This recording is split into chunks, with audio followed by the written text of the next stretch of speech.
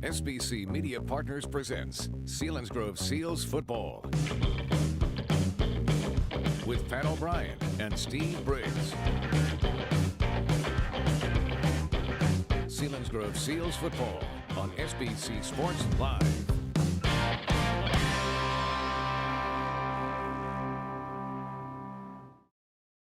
To the following Tiger heroes: athletic trainer Amy Spearman,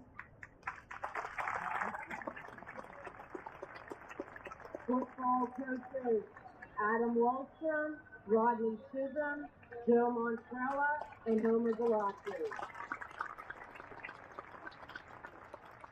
Student athletic trainers Meredith Schinnell, Vera Leitner, Michaela Vincent, and Riley Coates.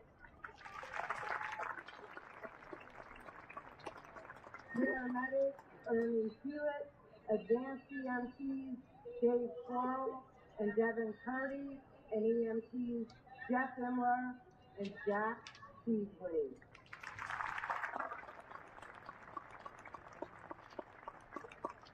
And the Hollidaysburg Borough Police Officer, Officer Wyant and Officer Odom. I personally would like to thank Coach Delatry. The Selinsgrove have held 5 of their opponents under their scoring average on the season. Juniata now averaging 31 points per game. Selinsgrove held them to 6. Twin Valley scored 40 on Selinsgrove, but they averaged 49 points. Williamsport averages 23 points. Selinsgrove held them to 20. Shamokin averaging 40 points per game. Selinsgrove held them to 23. And Chickalimi averaging 11.1 points. Selinsgrove held them to 7. The other two teams, Jersey Shore was plus 17 points against Seals, and Central Mountain 6.9 points better than their season average on points. Beautiful night for high school football. It's going to be sitting in the mid-50s under a beautiful moon and a blue sky here at Holidaysburg. The captains for the Hollidaysburg Golden Tigers will be White, Bainey, Birkenheimer, McCoy. For Selinsgrove, Mitchell, Menier, and Millard. Steve, teams are taking the field. Selinsgrove coming out. They're all white uniforms. This is where I throw it to you about what's going to seal a deal for victory for the Selinsgrove Seals. I'm gonna be bold with this one. Get 3 turnovers, and they can win this football game. 3 turnovers. Do everything else well.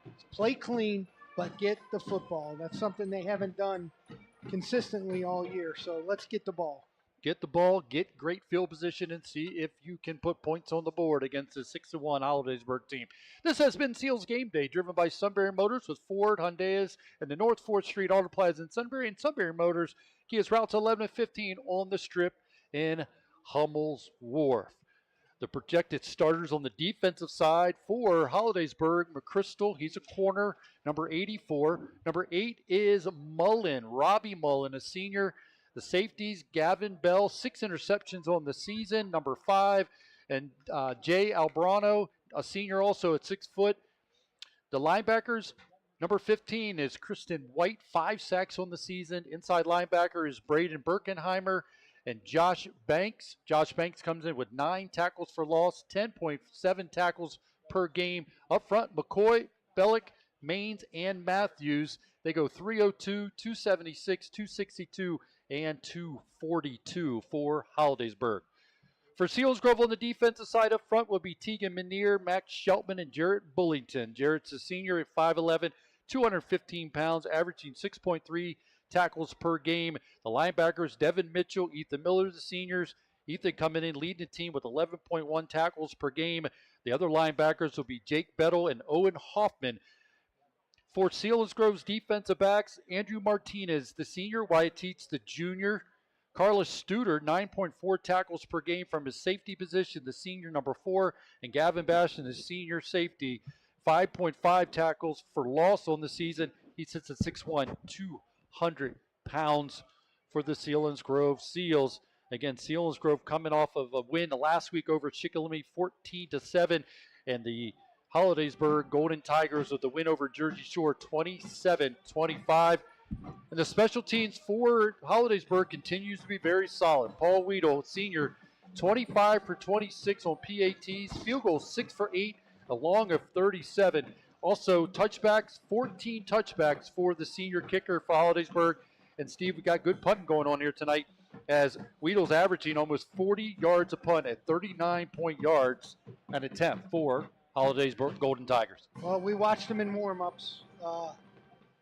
The kicker a few years ago when we were out here is a kid that got recruited as a Division I kicker.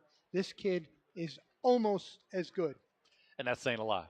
Yes, it is. Because 2 years ago we were out here, and I'll never forget, I look over, and you just had this big, bright look on your face and just pointed, and their kicker was at midfield kicking field goals, and I'm not talking off a tee.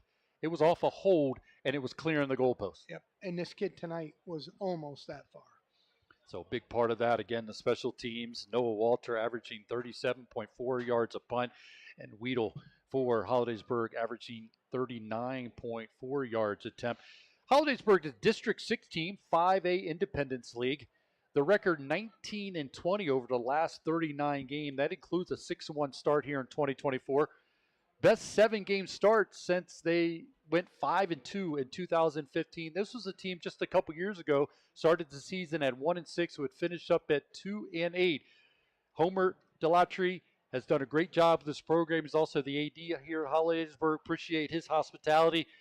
Beautiful setup for a high school football game. And Steve says all the time, when you come and come to my house and you get out of the car and you look at me and say, man, you did it again with this weather. And boy, we got lucky. I don't know how you do that. Well, I'll take credit when it's good. When it's bad, I'm going to make it your fault. Looking at Selinsgrove here in front of us, the captain's getting ready to take the field. See Coach Winrick talking it up with his staff, Ryan Kaiser, John Almond, and of course you have Phil Davis and Dave Hess up in the booth.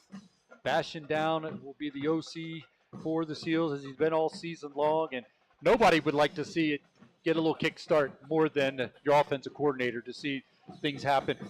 You said they're putting people in place, got to make some plays, and see if Selinsgrove can get on the board first. And they've done that in some of these games. Even they did it against Twin Valley, did it against Jersey Shore, but things got turned upside down from that. But that'd be a great way to start this game, is to get the first points on the board. Yeah, that's going to be key. That's a big, big thing. I don't know what the holdup is. Sometimes when they have local TV station going right now, they got to wait for them, and won't get to a 7:05 start as they run through their commercials, not taking us into consideration here on Eagle 107, eagle107.com. And if you're joining us on the SBC Sports Live YouTube channel, welcome, as our staff for SBC Sports Live have made their way here, Max and Jordan. Appreciate them. And our producer back at the studio is Rick Erdman. So the captains are on the field. Again, Devin Mitchell, Ethan Miller, and Tegan Menier, the seniors for the Selinsgrove Seals. Boy, great crowd here tonight. My goodness. Hollidaysburg side is almost full. And Seals, same thing on this side. This is an impressive turnout. And you talked about that, in terms of crowd, and boy, we always said Seals travel well. On the way here, we're thinking, wow, 2-hour trip to get out here. The fans are great. They get out here. They make sure they're a part of it. And when you add in the YouTube opportunity and on the radio, but they show up. And even if you have to take a 2-hour trip to get out here, but they want to cheer on their Selinsgrove Seals live, and they're going to do it here in person. Seals are kicking off. Seals looks like will they kick won off. And deferred as they typically do. So Hollidaysburg will be on the offense first. Steve, we talk about the recipe all the time about kicking off first, so it's, you never know. Maybe somebody hasn't caught your recipe on what that's all about when you defer and decide to kick off. Field position. Obviously playing good defense, but the Seals really need to keep these guys out of the end zone, but keep them on their side of the field, make them punt so that the offense can start in a positive sense. Just heard from John Bodinger down in Florida. Glad to hear. I checked it with him during the week. He said he's doing okay. Everything's good. The power issues, but it did come back on miraculously just in time to catch the Selinsgrove Seals on Eagle 107, eagle107.com, or on the SBC Sports Live YouTube channel. John, welcome to the broadcast. We're at Hollidaysburg. Selinsgrove will be kicking off. Noah Walter doing the kicking. He does have one touchback on the season does the junior kicker for the Seals. Back deep will be Bell and trying to get the other, looks like number 1 is Josh Banks. It's a line drive, hits the turf and bounces. Banks takes it off the turf at the 12. He's crossed the 20, 25. Going to be hit by Teets as he gets close to the 35-yard line for the Holidaysburg Golden Tigers. And this is where they'll take over first down and 10. Yeah, it looks like they tried to squib keeping it away from both of those guys, really. It was a good kick. So Holidaysburg take over first down and 10 from their own 35-yard line. Selinsgrove come out on defense. RDC gets up there playing that right defensive end. They give a 4-man look, and then they back out of it. Bettle showing blitz from the right side. Going to go to the lone back in the backfield. Not much, maybe back to the line of scrimmage, and that's it. As Bainey, the senior quarterback, handed off to lone back in the backfield. It's going to be a second down to call it a long 10 for Holidaysburg. Looks like Bettle and Ethan Miller were the first 2 in there. Slew of white shirts. Nice job for the defense. Second down and long. Bainey gets it. Looking to his right. Gets rid of it. It's got him in. Kate makes the catch as Bell. Got a first down. There's a scramble for the ball. Not hearing the whistle yet. Are they going to call it completion after the first down pickup? Yeah, deep slant. Just underneath the deep coverage of the Seals. So quick throw. We got to look for that. Again, much like last week what Chickalimi did. He's going to catch the ball off the snap and throw it quickly. So first down, first down of the night for either team by Holidaysburg, as they'll have it just outside their own 45-yard line. And we're going to get a official timeout as they talk to the sidelines for Holidaysburg. McChrystal was on the sideline. Now he's back out. So not sure what went on there, but we're going to get things back. Nope, now we're not. As Steiner's going to go off the field, number 12 for Holidaysburg, and he's going to be replaced. Here's what's happening. They're wearing the new pant look, right? With just what we talked about. Their pants are above the knees. That's illegal. They called them for 2 plays. That's going to be a warning, though. So replacing him, number 8, that is Mullen. Ball's on the turf. Scramble for it. Selinsgrove thinks they have it. And they do. And they do. Coming up with it is Manier. Turnovers. That was the motto coming in, and Selinsgrove picks up the first one. There's one. We want 3 minimum, right? That's what you asked for. It would make a big difference in the outcome of this one. And great field position, what we talked about as well. Nice job. Good penetration. Seals defensive line, there's only 3 of them because of the scheme that they're playing, but they got on all 3 of those plays. They were on the offensive side. Good job up front. First down and 10. Rocco Amato comes out in the short shotgun. He's got Miller the lone back behind him. Wide receivers to the left. Man goes in motion as Bastion from right to left. Go to Miller, straight up the middle. Some positive yards. Get him 2. Second down and 8 for the Seals. I saw some motion there. They had time to run a guy in motion. That's right. On the stop, number 65, Aiden Billick on the stop. He's a senior, 6 foot, 262 pounds in the middle of that defense for Holidaysburg. Okay, they're moving fairly quickly. Now, maybe they listened, huh? Maybe they were on our pregame. They're at the line of scrimmage with 20 seconds. Bastion splits to the right. 2 wide receivers to the left. Taking a snap is Amato. Confusion in the backfield, but Miller's going to get it. Get inside the 40 to the 38-yard line. It'll be a third down and medium for the Seals after a mix-up in the backfield. Yeah, it looks like it happened last week as well. I think Rocco turned the wrong side again. In other words, for the inside zone play. So makes it a third down. We're going to call it 5 for the Seals. First offensive possession. They got a turnover already in this one. A fumble recovery by Holidaysburg. Give it to Miller, going left. Bounces off a tackle. Trying to get to the first down sticks. Looks like he'll be short as he gets it to the 35-yard line. But now this is decision time for the Seals, and they're quickly up to the line of scrimmage. That's it. Good job. They're less than a yard, and they're right at the line of scrimmage. And Gavin Bastion in a quarterback. Takes it, goes up. It's going to have to continue his effort to pick up the first down. And all depending on the spot, looks like they're going to say, you got it, Steve. Yep, he got it. That's a big play early on. They left Rocco on the field, and they went to Wildcat moving Bastion to quarterback. He got the first down. Big first down for the Seals. It's their opening possession after they got a fumble recovery on Holidaysburg's open possession. First down and 10 inside Holidaysburg 35-yard line at the 34-yard line. Rocco Mato back into quarterback. Takes snap, two-step drop. Looking for an out to Bastion. Making the catch at the 30, and hope he stopped there. Look, a late hit in there as Bell came in when Bastion went down. No call there. But it's a quick pickup of positive yards. Yeah, gain about 3.5, 4 yards there. I like it because it's quick. And again, I'm watching this, Pat, this is for the listeners out there. The Seals are getting to the line of scrimmage with more than 20 seconds left. That they didn't do that at all last week against Chickalimi. And here they do again. Ethan Miller is in the eye with Bullington ahead of him. Two wide receivers split to the left. Bettle, the tight end, on the right. Going to go to Miller. Bounce it to the outside.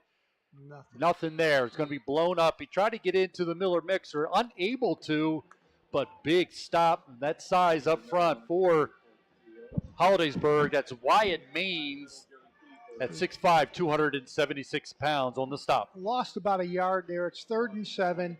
Trying to go off tackle, which was successful last week against the 3-man front. They're playing a 4-3, 4-4 look, rolling up the safeties back and forth. A little bit different look than what they've seen, and they're big. Big third down play here. Short shotgun for Rocco. 3 wide receivers in the formation. Rocco drops back. Looking for Bastion, unable to make the connection, and there will be an interference on McChrystal. It'll be a first down based on the spot. Should be. Wait for the officials to talk this one out. Rocco dropped back, tried to hit Bastion on a slant. Another thing that we haven't seen a lot from the Seals is 3 wide receivers in the formation. So with Gavin Bastion, Wyatt Teets, and they've added another receiver. And like you always say about get guys out of the box, spread them out. They've shown that here tonight. Ball's down at the 17-yard line. First down. First down pickup for the Seals after the penalty. They'll have it all the way inside of the 20, down close to the 17-yard line for the Seals. Studer's the other receiver in the formation. He's in the slot on the right-hand side. Bastion goes in motion. Snap goes to Amato. Inside handoff to Miller. Going forward inside the 15. Down to the 14-yard line goes your senior tailback. Give him about 4 on the carry. It'll be 2nd down and 6 for the Seals. Thing I just picked up, when the motion man for Selinsgrove went across, the outside linebacker kicked out. In other words, they're moving their box people, meaning there's going to be area to run the football inside. Chance to pick up more than what they're getting, the 2- and 3-yard deals. 2nd down for the Seals. Amato under center. Gets the snap. Give it to Bullington going straight up. Bullington at second level. He's to the goal line. Touchdown Selinsgrove Seals from your senior fullback, Jared Bullington. That's a heck of a drive off of a turnover on the plus side of the 50. Nice job by Selinsgrove and that entire drive right there. Best I've seen in a while, frankly. Good job. Big opening there for Bullington to get through, able to squeeze it in. And once he got 2 or 3 yards downfield, he went in untouched, as now Noah Walter will come out and attempt the extra point off of Wyatt Teets' hold. Gets a good snap. The hold's good. The kick is up. And it is good. 10 in a row for Noah Walter as he booms the extra point through. And Selinsgrove gets on the board, leading 7-0 with 6:53 to go in the first quarter. Now, Pat, what they have to do is continue this, keep this momentum. They're really doing a nice job up front. That's key to the entire night. But they're doing a great job both sides of the ball, really. Defensively, they're playing in the backfield. Offensively, they're getting positive plays. They're playing with motion to get the linebackers out of the box for Holidaysburg, which means there's area to run the football. And that's exactly what just happened. They popped up inside. Linebacker stepped up. Bullington went right by him. Touchdown. Bullington gets his first rushing touchdown of the season as it came from 15 yards out, finishing up a 9-play drive that covered 44 yards, took 4 minutes and 1 second, and Jarrett Bullington gets a great opening by that offensive line and takes it in for the score. Selinsgrove leading 7-0. That's the Selinsgrove Ford drive summary. Hey, we have a TV timeout here. This is big time. Well, breaking that down again, and you said about Jarrett, different guys touching the ball. You get the penalty, taking advantage of that too, Steve. All the stuff you talk about offensively, and you hear it all over. These are things you have to take advantage of. If a team's going to give you a penalty, an automatic first down, take advantage of it. If they're going to give you a ball in the turnover, take advantage of it. And they did all that. And a lot of what we talked about during the pregame and our ride here, Selinsgrove's got to create these opportunities that are less than having to drive 80 yards, 75 yards, where they've struggled with penalties. That's another thing. You didn't see that in this possession either. So a lot of good things went on in that possession. And the thing that we talked of, Coach Bastion and offensive staff did a great job getting the play in. He got up to the line of scrimmage. They're able to motion. They're able to read things. I don't know if he's audible into inside run plays, but that play right there, he was untouched and went through. It was a great job. Great job blocking, great execution. No, Walter will kick this one away. It's Bell and Banks back deep, standing about the 10-yard line, waiting for the junior's kick. Line drive once again. Take it off the turf is Banks at the 10, between the hashes. Bullington in on the stop as he gets beyond the 20 at about the 23-yard line. Holidaysburg will go back on offense. Great kick, great coverage. Hollidaysburg coming in averaging 29.4 points per game, 277 yards of offense. They have 24 total offensive touchdowns, 171 through the air, 105 on the ground. They have 16 passing touchdowns, 8 rushing touchdowns. Maddox did come in tonight, 15 touchdowns, but he has thrown 7 interceptions for the Golden Tigers. Got some movement. Looked like Bullington might have jumped the defensive end on the far side. Boy, I don't like that call. I don't like the whole PIAA system on that call. He should have opportunity to get back. That gives such an advantage to the quarterback if he just uses his voice to draw them off sides. Well, I said too, Steve, about the clapping. Did you see that as well? That's such an offensive call. Don't like that at all. Well, it goes against the Seals, so it'd be a 1st down and 5 following the penalty. Bainey in the shotgun. 2 wide receivers split to the right. That's where he's looking. Gets rid of it. Gets it to Bell. Making the catch. Got a 1st down as he crosses the 30 out to the 31-yard line. Picking up 1st down for the Holidaysburg Golden Tigers. Devin Mitchell in on the stop along with looked like Bastion, Gavin Bastion. Gavin Bastion on the far side. 1st down and 10 for Holidaysburg. They go with tempo. Now they look to the sidelines. Getting the call from head coach Homer Delatry. 2 wide receivers split to the left. Low snap on the turf again. Bainey picks it up, hitting the backfield, but going to get positive yards out of it, which could have been a very big loss for the Seals, but Bainey scoops it up and takes it beyond the 40 to make it a 2nd down and 6. It bounced right up to him, unfortunately. The Tigers only come in with 2 fumbles on the season. They already had 1 in the first possession, had a fumble there. This one they don't lose. A 2nd down and 6 for Holidaysburg. Twins to each side. Delatry far to the left. Steiner in the slot on the left. Bell, the leading receiver, all the way on the right side for Holidaysburg. Bainey gives it to the lone back in the backfield. Nope, it's a keeper. He's got a 1st down. It's going to be short of midfield, but gets it out to the 48-yard line. It'll be a 1st down. Wyatt Teets on the stop for the Seals. Bainey does a nice job of reading that. That's just a quarterback zone read. He's either going to give it or keep it. It could have been an RPO called, meaning it could have been a pass play as well. Trips to the left. Going left. Making a catch is Banks. Makes a man miss at the 48. Then hit at midfield. Taken to the turf by Miller and Studer on the stop for the Seals. Like the inside out defensive pursuit on that one. It looks like they're playing Gavin Bastion in that strong side, strong safety position as a deep outside linebacker, hopefully to take away the quick slant. 2nd down and 8 for Holidaysburg. Bainey gets the snap, get alone back in the backfield, wiggles, gets away from defenders, tossed to the turf at the 38-yard line. It'll be enough for another first down for Holidaysburg on the carry for Holidaysburg. The lone back in the backfield was Bronner. The senior picks up the first down. Quickly to the line of scrimmage. Bronner lone back in the backfield. Going to get the call again. Find an initial room, but then gets blown up by Ethan Miller. They'll give him maybe 2 on the carry, maybe 3. Yep, 3. 2nd down and 7. That was a tempo play. They're right to the line of scrimmage, even quicker than what they've shown in the first part of the game. So they're moving the tempo. Bainey in a shotgun. Twins to each side. Gets the snap. Looking deep over the middle. And it's caught by Bell right at the 24-yard line. It'll be another first down for Holidaysburg. Trailing here 7-0 to the Seals. The Seals took their opening possession after a fumble recovery. Took it in for a score on a 15-yard touchdown run by Jarrett Bullington. And now Holidaysburg's on the move. Bainey gets a snap, looking left, now goes to the right, gets rid of it, making the catches. Bell once again, running away from tackles.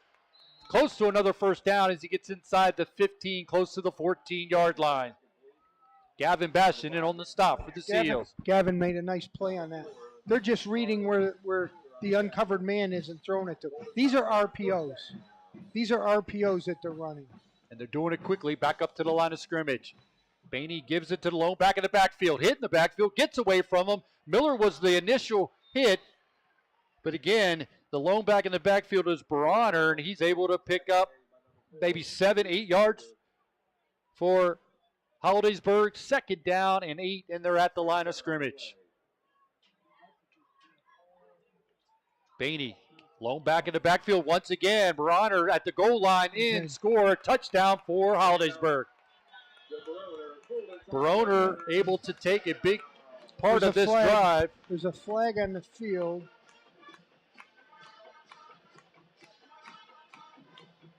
Could be afterwards. I don't know, maybe a celebration.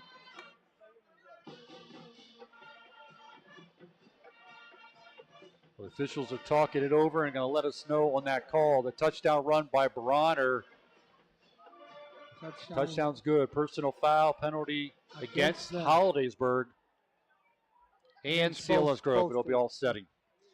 There was probably some pushing or some talking, jawing at the end there. Weedle will attempt the extra point for Holidaysburg. Comes in at 25 for 26 on the season. But there was an unsportsmanlike, but they'll offset, so won't see any change in this as Weedle will attempt the extra point to try to tie this one up for the Golden Tigers.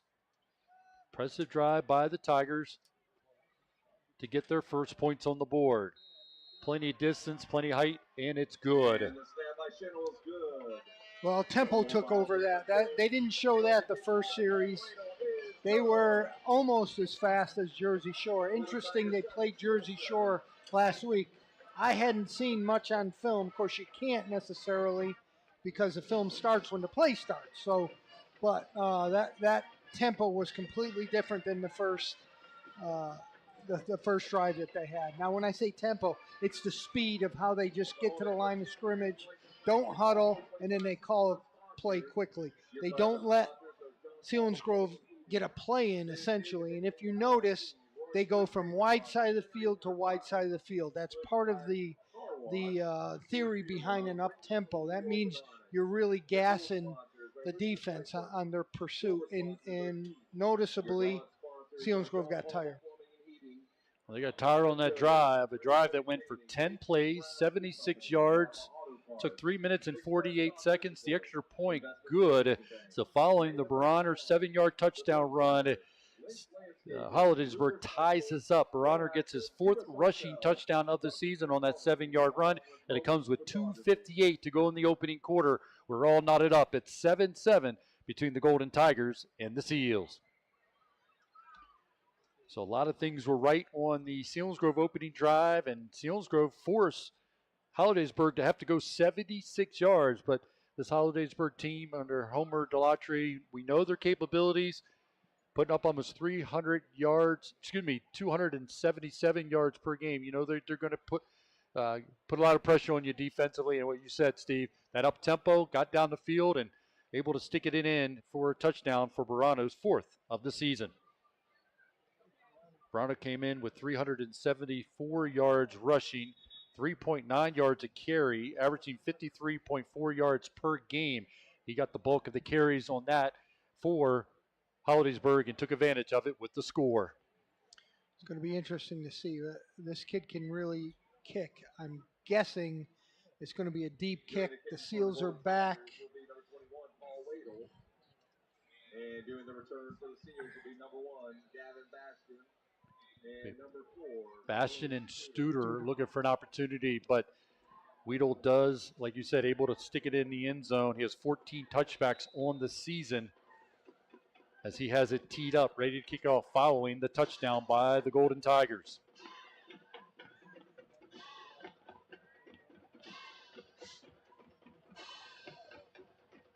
Selinsgrove Football and SBC Sports Live is sponsored in part by J.J. Powell, Selinsgrove Ford, and Wise Markets.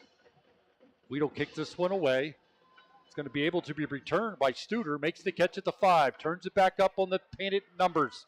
Gets to the 20, out to the 22-yard line.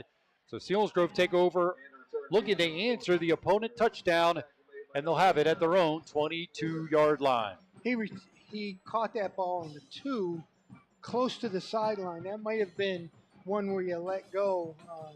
But he returned it out to the 21. They're in the plus side of the 20, which I always said is a good thing.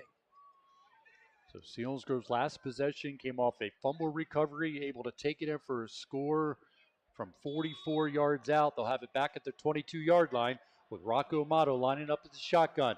2 wide receivers to the left, 1 to the right. Lone back in the backfield is Ethan Miller. Miller gets the call, straight up the middle, bouncing off a would-be tackle, trying to stretch it to the 25-yard line, and he does, just on brute strength, dragging defender White for the pickup. Also, number 45 in on the stop for Hollidaysburg, and that is Richardson. I think the Seals should continue running the football. They're playing 2 high safeties, a 4 front, an even front, which they haven't seen in a couple weeks, maybe even 5 weeks. Most everybody plays a man on the center.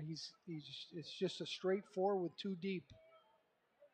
Bastion goes in motion from right to left. Amato gets the snap, rolling left, gets rid of it, gets to the Bastion, makes the catch at the line of scrimmage, able to avoid a loss on the play and picks up positive yards out to the 25, maybe 26-yard line to make this a 3rd down play for the Seals. I thought he gained some, but he did all he could do getting back to the line of scrimmage. Hollidaysburg's very fast on defense, very fast. 3rd down and 7. It definitely didn't get to where I thought he did on that. Must have stepped out of bounds on the far side. So back just to the original line of scrimmage to make this a 3rd and 7. A big 3rd down and 7 for the Seals. Come on, get out there, get set. Here we are. We're down 5 seconds on the play clock. Going in motion is Bastion. Rocco gets the call. Heavy pressure. Gets rid of it. And it's knocked in the air. Is it a fumble? No, it's incomplete pass. I think they called fumble. They threw the beanbag. Yep, they called it a fumble. Well, Walter's running out to punt it. Yeah, Seals didn't. Okay, it was a fumble. Okay, it wasn't. Okay, like you said, it wasn't incomplete. So it was a big loss on the play, all the way back inside the 15 to the 13-yard line. So Noah Walters going to have to kick it out of his own end zone. Back deep will be Gavin Bell standing inside Hollidaysburg territory at the 45-yard line. Noah Walter looking to get a big kick here, averaging 37.4 yards a punt. Pressure's coming. It's fumbled in the end zone. Walter's going to go down. Now the ball's loose, goes out of the end zone to be a safety. Whoa. Yeah, I don't know where I think he just dropped it.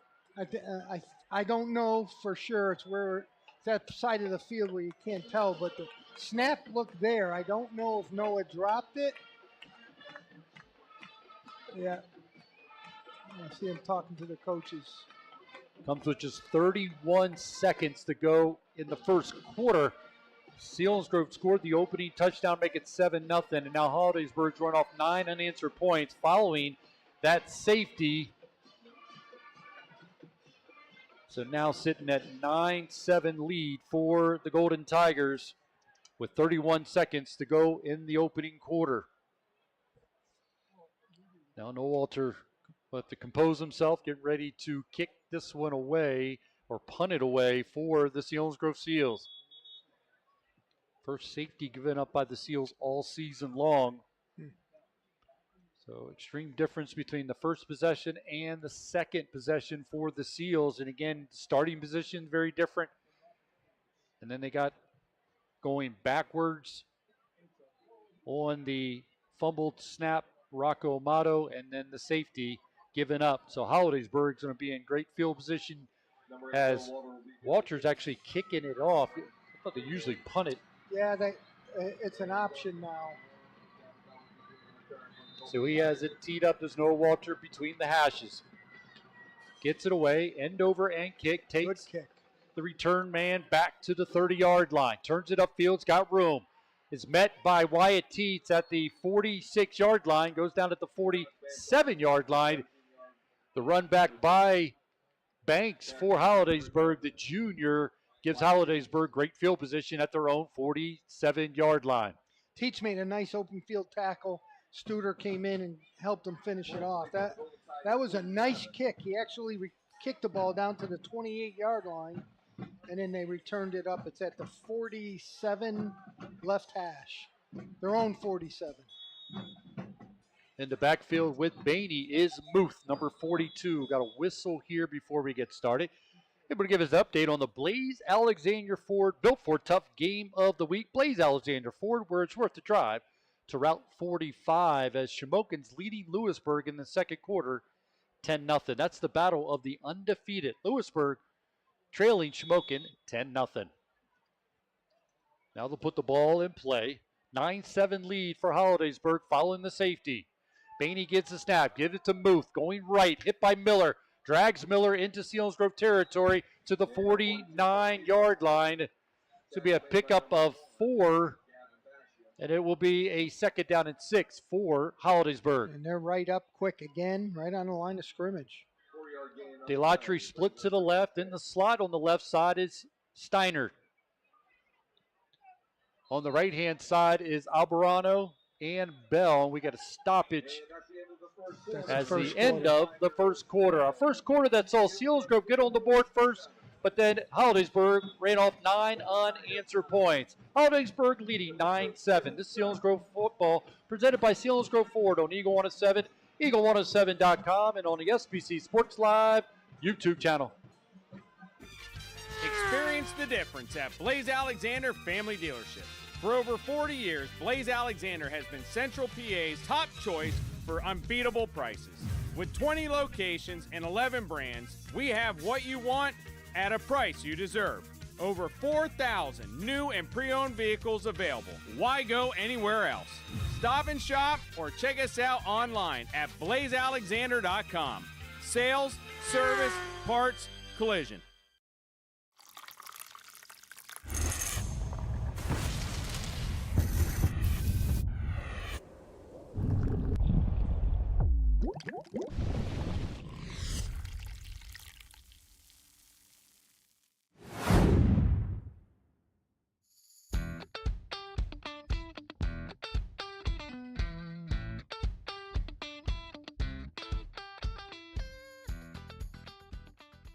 The Sunbury Motor Company. Austin Martin, Kia Elite Sales Consultant, Maranatha Christian School. Amber Wren, Certified Hyundai and Lincoln Sales Consultant, Selinsgrove Area High School. Ian Chikuski, Certified Ford Sales Professional, Mount Carmel and Shamokin area. Christopher Stengline, Ford Certified Sales Consultant, Selinsgrove Area High School. Tom Mertz, 4th generation owner, Sunbury Motor Company, Shikellamy High School. A tradition of trust since 1915. on the scoreboard. Steve, our top candidate for the Smoky Dam Health Center backbreaker play of the game right now is the safety, which is the difference in the score with Hollidaysburg leading 9-7, getting ready to move into the second quarter. Yeah, again, and I have to apologize. The way this press box is set up, as you know, Pat, it's really difficult to see our left, the scoreboard side. And honestly, I didn't see what happened. I don't know if Noah dropped the ball or I think it was a good snap. It could have been a skip snap, but regardless, it ended up being a safety, and probably fortunate that it was a safety and not, a clean ball on the ground and they got a touchdown. So we'll have to see that. And we do have delays before we get things going because it is covered by a local TV station. But is this a PCN broadcast? I'm not sure. I didn't see what their shirt said, but I don't think it is. I think must be a local TV station. But again, a recap here as Bullington got the first touchdown for Selinsgrove from 15 yards out. That was a 9-play drive for Selinsgrove, covering 44 yards. The extra point by Noah Walter good, and Selinsgrove led 7-0. Then Piranha got on the board for Holidaysburg. That's his 4th rushing touchdown of the season. That came from 7 yards out. That was a 10-play drive that went for 76 yards, took 3 minutes and 48 seconds. It came with 2:58 to go in that first quarter. Extra point good. We're knotted up at 7-7, and then most recently a safety by Holidaysburg. They lead 9-7 as we move into the second quarter. Twins to each side for Bainey. Bainey's going to throw in a slant to Bell. Making the catch. Hit hard by Miller. Also Martinez on the stop and Studer. But a quick slant, Steve, looks easy as they are able to get it to Bell for another first down. It's catch the ball, throw the ball from the shotgun. That's how quick this is coming. Bainey, the leading receiver, coming in tonight with 27 catches. He's added to it tonight. Falls on the turf. Scramble. Bainey gets it. Going to be hurt by Portwood.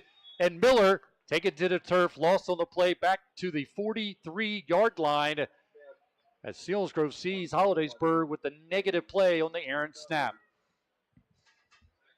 So it'll be a second down and long for Holidaysburg. In the backfield with Bainey on this second down and long play is Muth. Twins to each side. Bainey drops back. Quick throw out to Bell. Makes the catch. Gets a block from his big offensive lineman. Runs away from the defender. Gets to the 30, inside the 30, down to the 27-yard line where Medowery makes the stop for the Seals. Pat, that's an inside flanker screen. Basically, they kick out with the lineman, throw the ball behind the line of scrimmage. He wraps around, and he's got a blocker in front of him. But it's so quick that the defenders aren't getting there. Big lineman get out there making the block. Some jumping up front, Manier and Portwood. I think Portwood actually hit.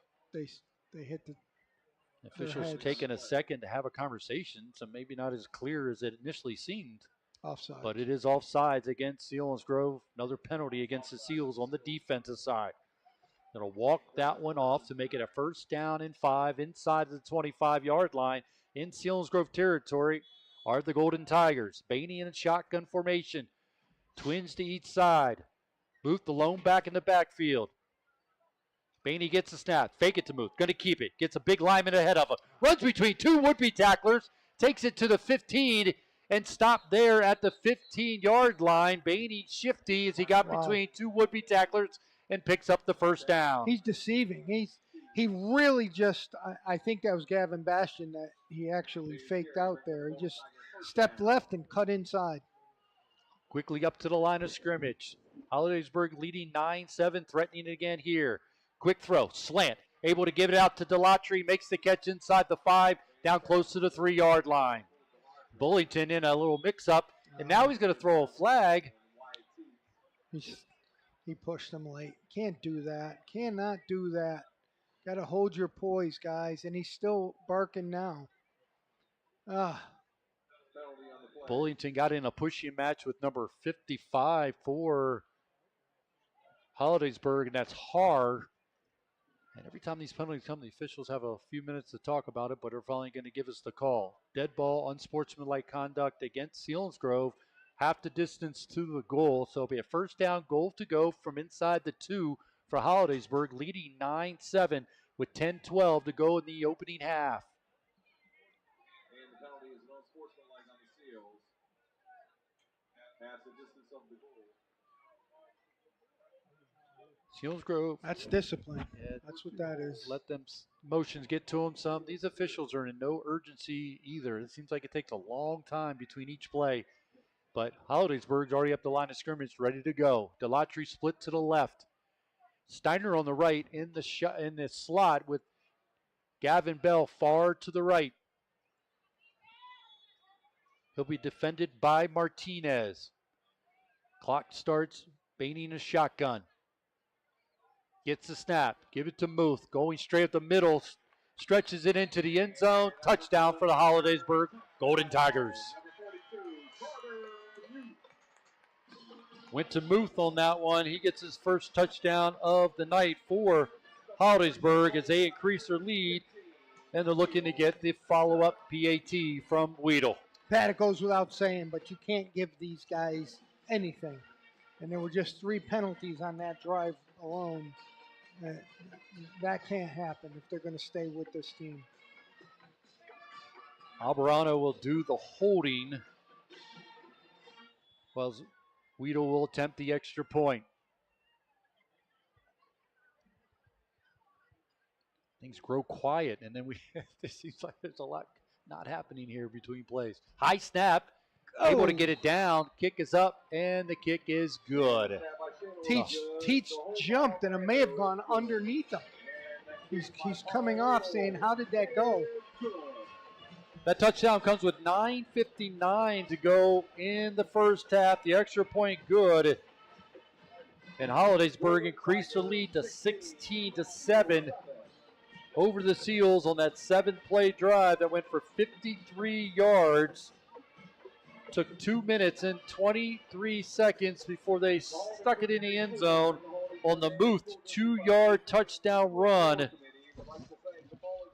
increasing their lead to 16-7. That's the Selinsgrove Ford drive summary. Muth getting on the board. Barano from the rushing department. They've been scoring in the red zone. Have Hollidaysburg tonight. Selinsgrove did as well, but right now it's Hollidaysburg leading as Muth gets his second rushing touchdown of the season. Just came in tonight with 22 carries.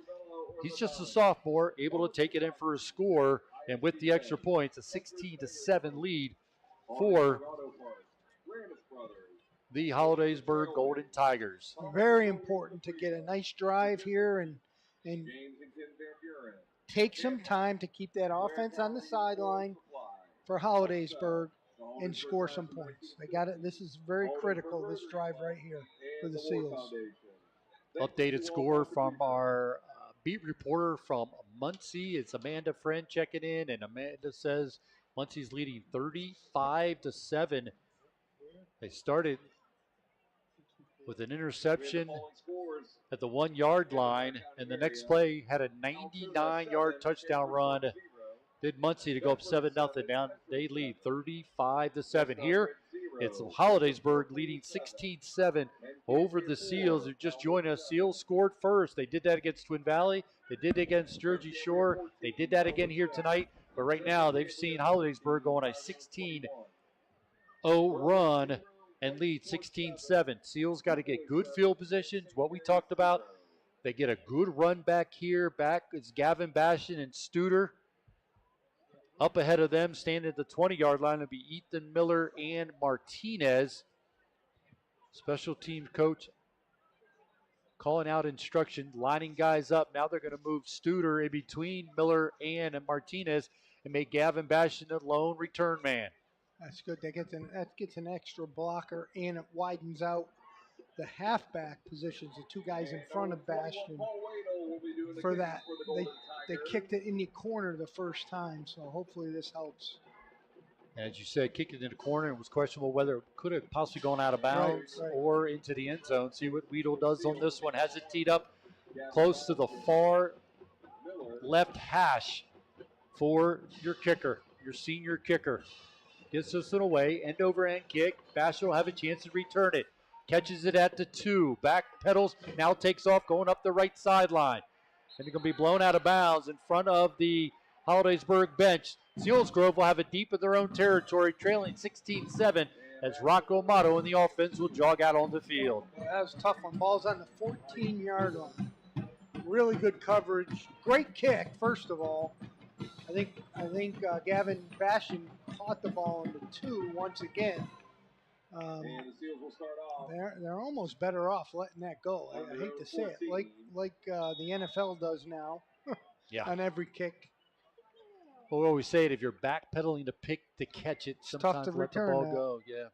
First down and 10 for the Seal. Bastion goes in motion from right to left. Motto drops back. It's got some time, gets rid of it, and it's almost intercepted. Almost making an interception similar to what we saw against Shamokin on right in that same area. Birkenheimer almost makes the pick for Holidaysburg. Intended for That's a by the hammer, number 34, Braden Berkheimer. That's a tough throw. He's throwing that ball wide. They're almost running sprint out routes, but not sprinting the quarterback out. You follow where I'm coming from? That's a tough throw for him. Unable to make that connection. It's a second down and 10. Teets and Bastion far to the left. Amato under center. I formation behind him. It's going to go to Mitchell going left, and it's blown up. The defensive lineman came through, pushed the clean offensive lineman back, and he gets stripped up. Lost the play all the way back to the 10-yard line. So this is going to be a third down at 14 for the Seals. Clock running. 9:41 to go in the first half. Selinsgrove trailing 16-7. Third down and 14. Out of the huddle are the Seals. Sending 2 to the left. I formation behind Amato. Showing blitz is Holidaysburg. Creep it up to the line of scrimmage. Give it to the fullback Miller. Drag a defender beyond the 15. Well short of a first down. And Amato is going to come out, Noah Walter will come out and have to punt it away.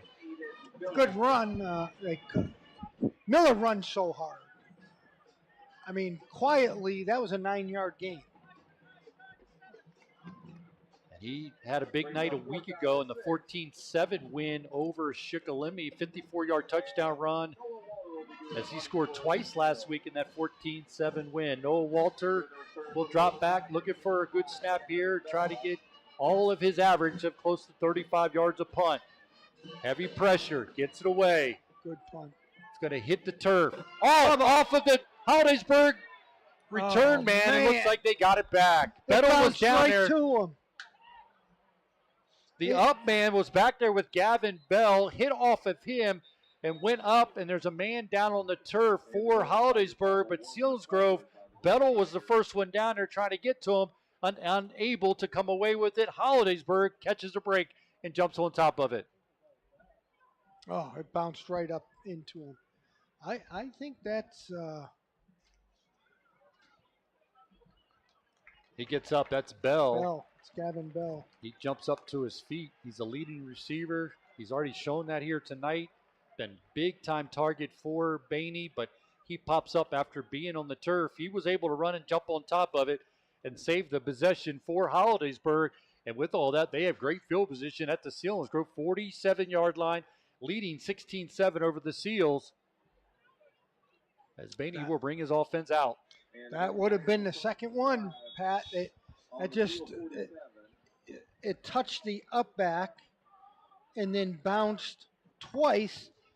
Seals went right by and it bounced up third time into his hands. Oh. So quickly to the line of scrimmage are the Golden Tigers. Split far to the right is Stoltz, number 3. In the slot is Steiner. 2 wide receivers split to the left as well. Bainey takes a snap. He's looking right. Nope, now over the middle. Looking for Steiner, and it's going to be incomplete. On the coverage was Martinez, second down and 10 for Holidaysburg. And that was one of the very few dropbacks that they've done. It's been mostly the RPO, read, throw up quickly off of that, or a 3-step, meaning quick game, even though it's from the shotgun. That was a rare drop back pass that they did.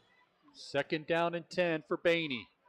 Holidaysburg leading 16-7. Looking to the left is Bainey. Gets rid of it. Nice Defended play. well by Wyatt Teets to knock that one away. Teach came up, broke from his corner position, and just tipped the ball away. Great job.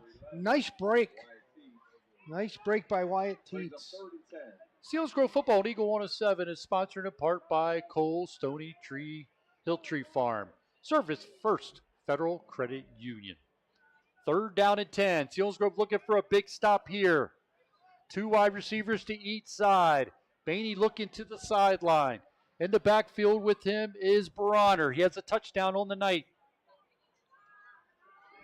That's who's getting the look. Hitting the backfield, going down. Ethan Miller on the coverage. Seals defense read that perfectly. That was a great job off of a film study. They just broke on it. They knew exactly where the ball was thrown to. Nice job. Ethan Miller, and the rest was covered very well. Nice defensive stand by the Seals. So Bainey, who started 8 for 8 tonight on his passes, was able to find another reception there. But as you said, Miller came through and made the play as Weedle will punt this one away. Watch for any little razzle-dazzle play here. Good snap. Punts away. End over end punt. Catch it. It's going to bounce and take a good roll for Holidaysburg inside the 15, down close to the 10-yard line. Got to catch that punt. You got to step up and catch that punt. Fear catch it. That was Gavin Bastion. He was probably about 6 or 8 yards from where the ball came down. That's tough. That cost the Seals probably about 15 yards on that play alone. Looking for candidates for the Schmokendam Health Center backbreaker play of the game. We have candidates all ready to talk about at halftime, and at the end of the game, we'll tell you what the Schmokendam Health Center backbreaker play of the game is. Selinsgrove deep in their territory once again, close to the 11-yard line. Taking a snap is Amato, gives it to the fullback. Going straight up and now being pushed back, but they're going to give him forward progress back to the original line of scrimmage, 2nd down and 10 for the Seals. That's tough to run in there. There's so many bodies just by formation. They're in 21 personnel, 2 backs in the backfield, tight end. And Pat, there's nowhere to run. There's too many bodies. 2nd down and 10 following the rush play by the Seals. Wyatt Teets will split forward to the left. Gavin Bastion on the right, double teamed on the right-hand side. He goes in motion. Amato looking that way. Nothing there. Now trying to throw for Teets. And Gavin Bell, who already had 6 interceptions coming into tonight, gets his 7th. 7th interception by your safety, Gavin Bell. He read that all the way. Too much air, got the interception. Yeah, he kind of looked that whole way where he was throwing the whole time. That was a wheel by a motion man. Just threw it up. They read it perfectly, and Bell picked it. Bell, as we already seen tonight, does a little bit of everything. Good athlete, good tall, good-looking athlete for Holidaysburg. Gets the pick of Amato, his 4th interception of the season. And once again, giving Holidaysburg great field position at the Selinsgrove 35-yard line. In the backfield with Bainey is Barana. Trips to the left, Bell to the right. Looking over the middle. Bainey loses the ball. They're going to call it incomplete as he went to throw it in the slant and lost the ball. Yeah, he came back on it. That was incomplete. Falls incomplete. 2nd down and 10 for the Golden Tigers, leading 16-7 over the Seals. They get this possession after a turnover by Gavin Bell, his 7th of the season. Gavin Bell split to the right. 2 wide receivers to the left. Bainey looks to the sidelines, gets an audible call here. It's 15 seconds on the play clock.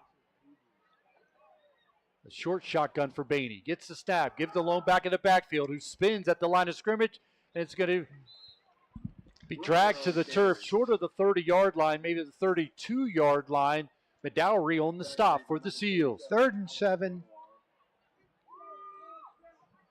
Again, quick up-tempo to right on the line of scrimmage.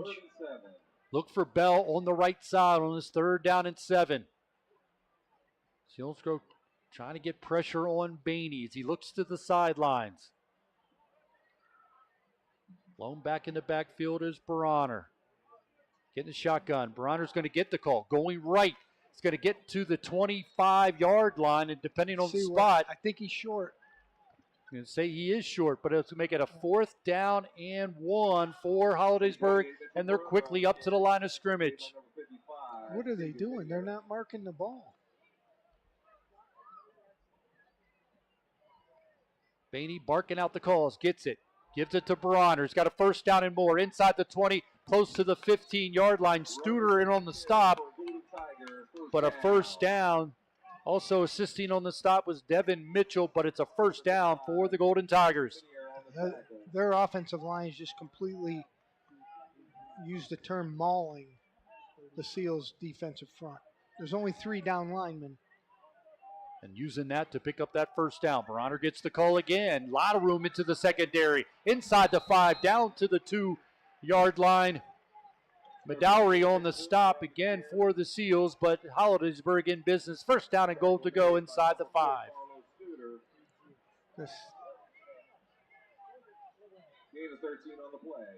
Quickly up to the line of scrimmage. They moved. Should have been a Bronner hitting the backfield by Bullington and Gavin Bastion. As you said, looked like they moved early but didn't call it. It's a stop by the Seals. 2nd down and goal to go. They turn right around. They're set. Very next play. 4:45 to go in the 1st half. 16-7 lead for the Golden Tigers. Looking to add to it inside the Seal 5-yard line. Baney walks up to the line of scrimmage, changing the call. Gets the snap. He's got an option to the right. Cuts it up underneath the tackle. Gets into the end zone. Touchdown by senior quarterback Maddox Baney. Yeah, the Seals are having a real tough time with this tempo. They're misaligning. In case in point, they're getting gassed, but most importantly, they're not lining up on some plays. I see guys bending over, hands on the knees. It's the tempo. It's really just taking them out of their defense. Baney able to get it in for his 4th rushing touchdown of the season, and Weedle will come out to attempt the extra point. Off the hole by Alvarado. High snap, go for 2. Look at the back of the end zone. Defended by Medowery. And there's going to be a flag on the play.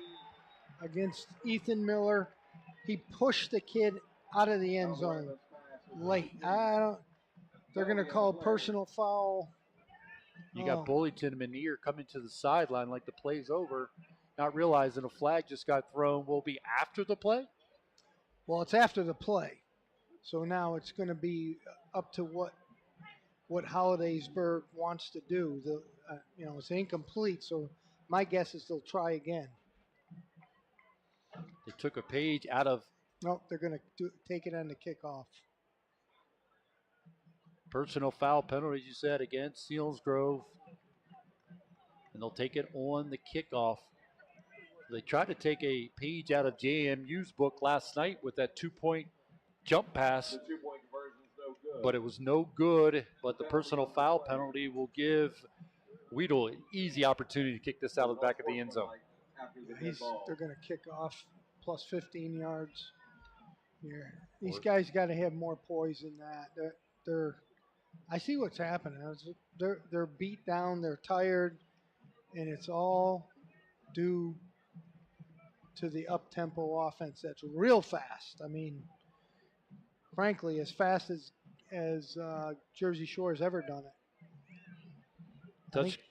Go. I'm sorry. No, I think they played Jersey Shore last week and probably said, "Hey, that's pretty good. Let's do that." Well, that touchdown comes with 4:32 to go in the 1st half. Another 7-play drive going for 35 yards. Took 2 minutes and 5 seconds. The 2-point conversion no good by Holidaysburg, but they increase their lead to 22-7 off the Baney 3-yard touchdown run, his 4th of the season. That's the Selinsgrove Ford drive summary. What we said about tempering the flames. We knew when this thing got going, and right now Selinsgrove doesn't have the right fire extinguisher to put these flames out as they are moving the ball down the field and doing it with that up tempo. As you said, using what they saw a week ago and saw the effectiveness of what Jersey Shore does, and they can do it with a quarterback who is a thrower first and can run too, with very good length in the receivers. They are a package right now, and they showed it in the first half, are the Golden Tigers. They're lining up in a quick way, and he's just reading it where the Seals are not. In other words, where they're lined up, there's gaps, which are natural. That's every defense, but they're just attacking where they're not. The only way to stop it is to go all-out blitz and play man coverage, which I get. They don't want to do that, not with these receivers. But they're not stopping them. This TV stuff can drive you crazy, too. This is these long delays between every play. And we just sit here. The officials are out there. We're all ready to go. Hopefully we'll get this one kicked off. But they're going to kick it off from Selinsgrove 45-yard line. Watch the onside kick. Not out of the question, I'm sure, when you're able to line the ball up in the opponent's territory for the kickoff, because Weedle can easily kick this one out of the end zone. Back deep will be Bastion. Nope. Weedle's going to try to kick it through the uprights as he hits the uprights. So Selinsgrove will take over first down and 10 from their own 20-yard line, as they have now seen Holidaysburg run off 22 unanswered points after scoring the opening kickoff or the opening drive for Selinsgrove when Bullington was able to get points on the board. But now it's been Holidaysburg as they led at the end of the first quarter 9-7 following a safety, and now back-to-back 7-play drives for Holidaysburg to increase their lead to 22-7 as Selinsgrove takes over first down and 10. Looks like Gavin Bastion at quarterback. Going to send Miller in motion. Bastion's going to take the design run off the left, gets to the 20, maybe the 21-yard line, and that's going to be it.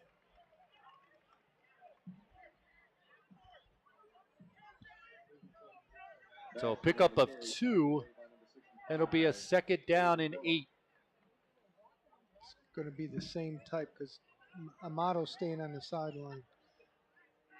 The sophomore quarterback here on the near side, on the sidelines. So Gavin Bastion will stay in after a 2-yard pickup out to the 22-yard line. Second down and 8. White Teats will split to the left. The power looks to the right. Miller goes in motion. Going to go to Bullington right up the middle. Nothing. And he's hog-tied to the turf after maybe a 1-yard pickup. So it'll be a third down and 7 for the Seals after Billick made the stop for the Golden Tigers. Clock running with 3:25 to go in the first half. Stick around at halftime. We'll have the Seals Athletic Rundown, stats from the first half, scores from other games, and get the analysis of that first half as we get ready to move into the second half. All coming up at halftime. Miller goes in motion. Bastion gets it, going to the right, looking to throw. Get it out to Miller, make it a catch. Going to be caught from behind. A great play. He threw the football first time, and it's going to be fourth and about 2, but he hit a wide open Ethan Miller in the front side flat there, and unfortunately came up short. It was Banks that was able to chase him down from behind. The defender for Hollidaysburg, the junior, 6 foot, 180 pounds, keeping Miller from picking up the first down. That'd be a fourth down and 2. So Noah Walter has to be asked again to punt this one away. Gavin Bell standing at his own 35-yard line.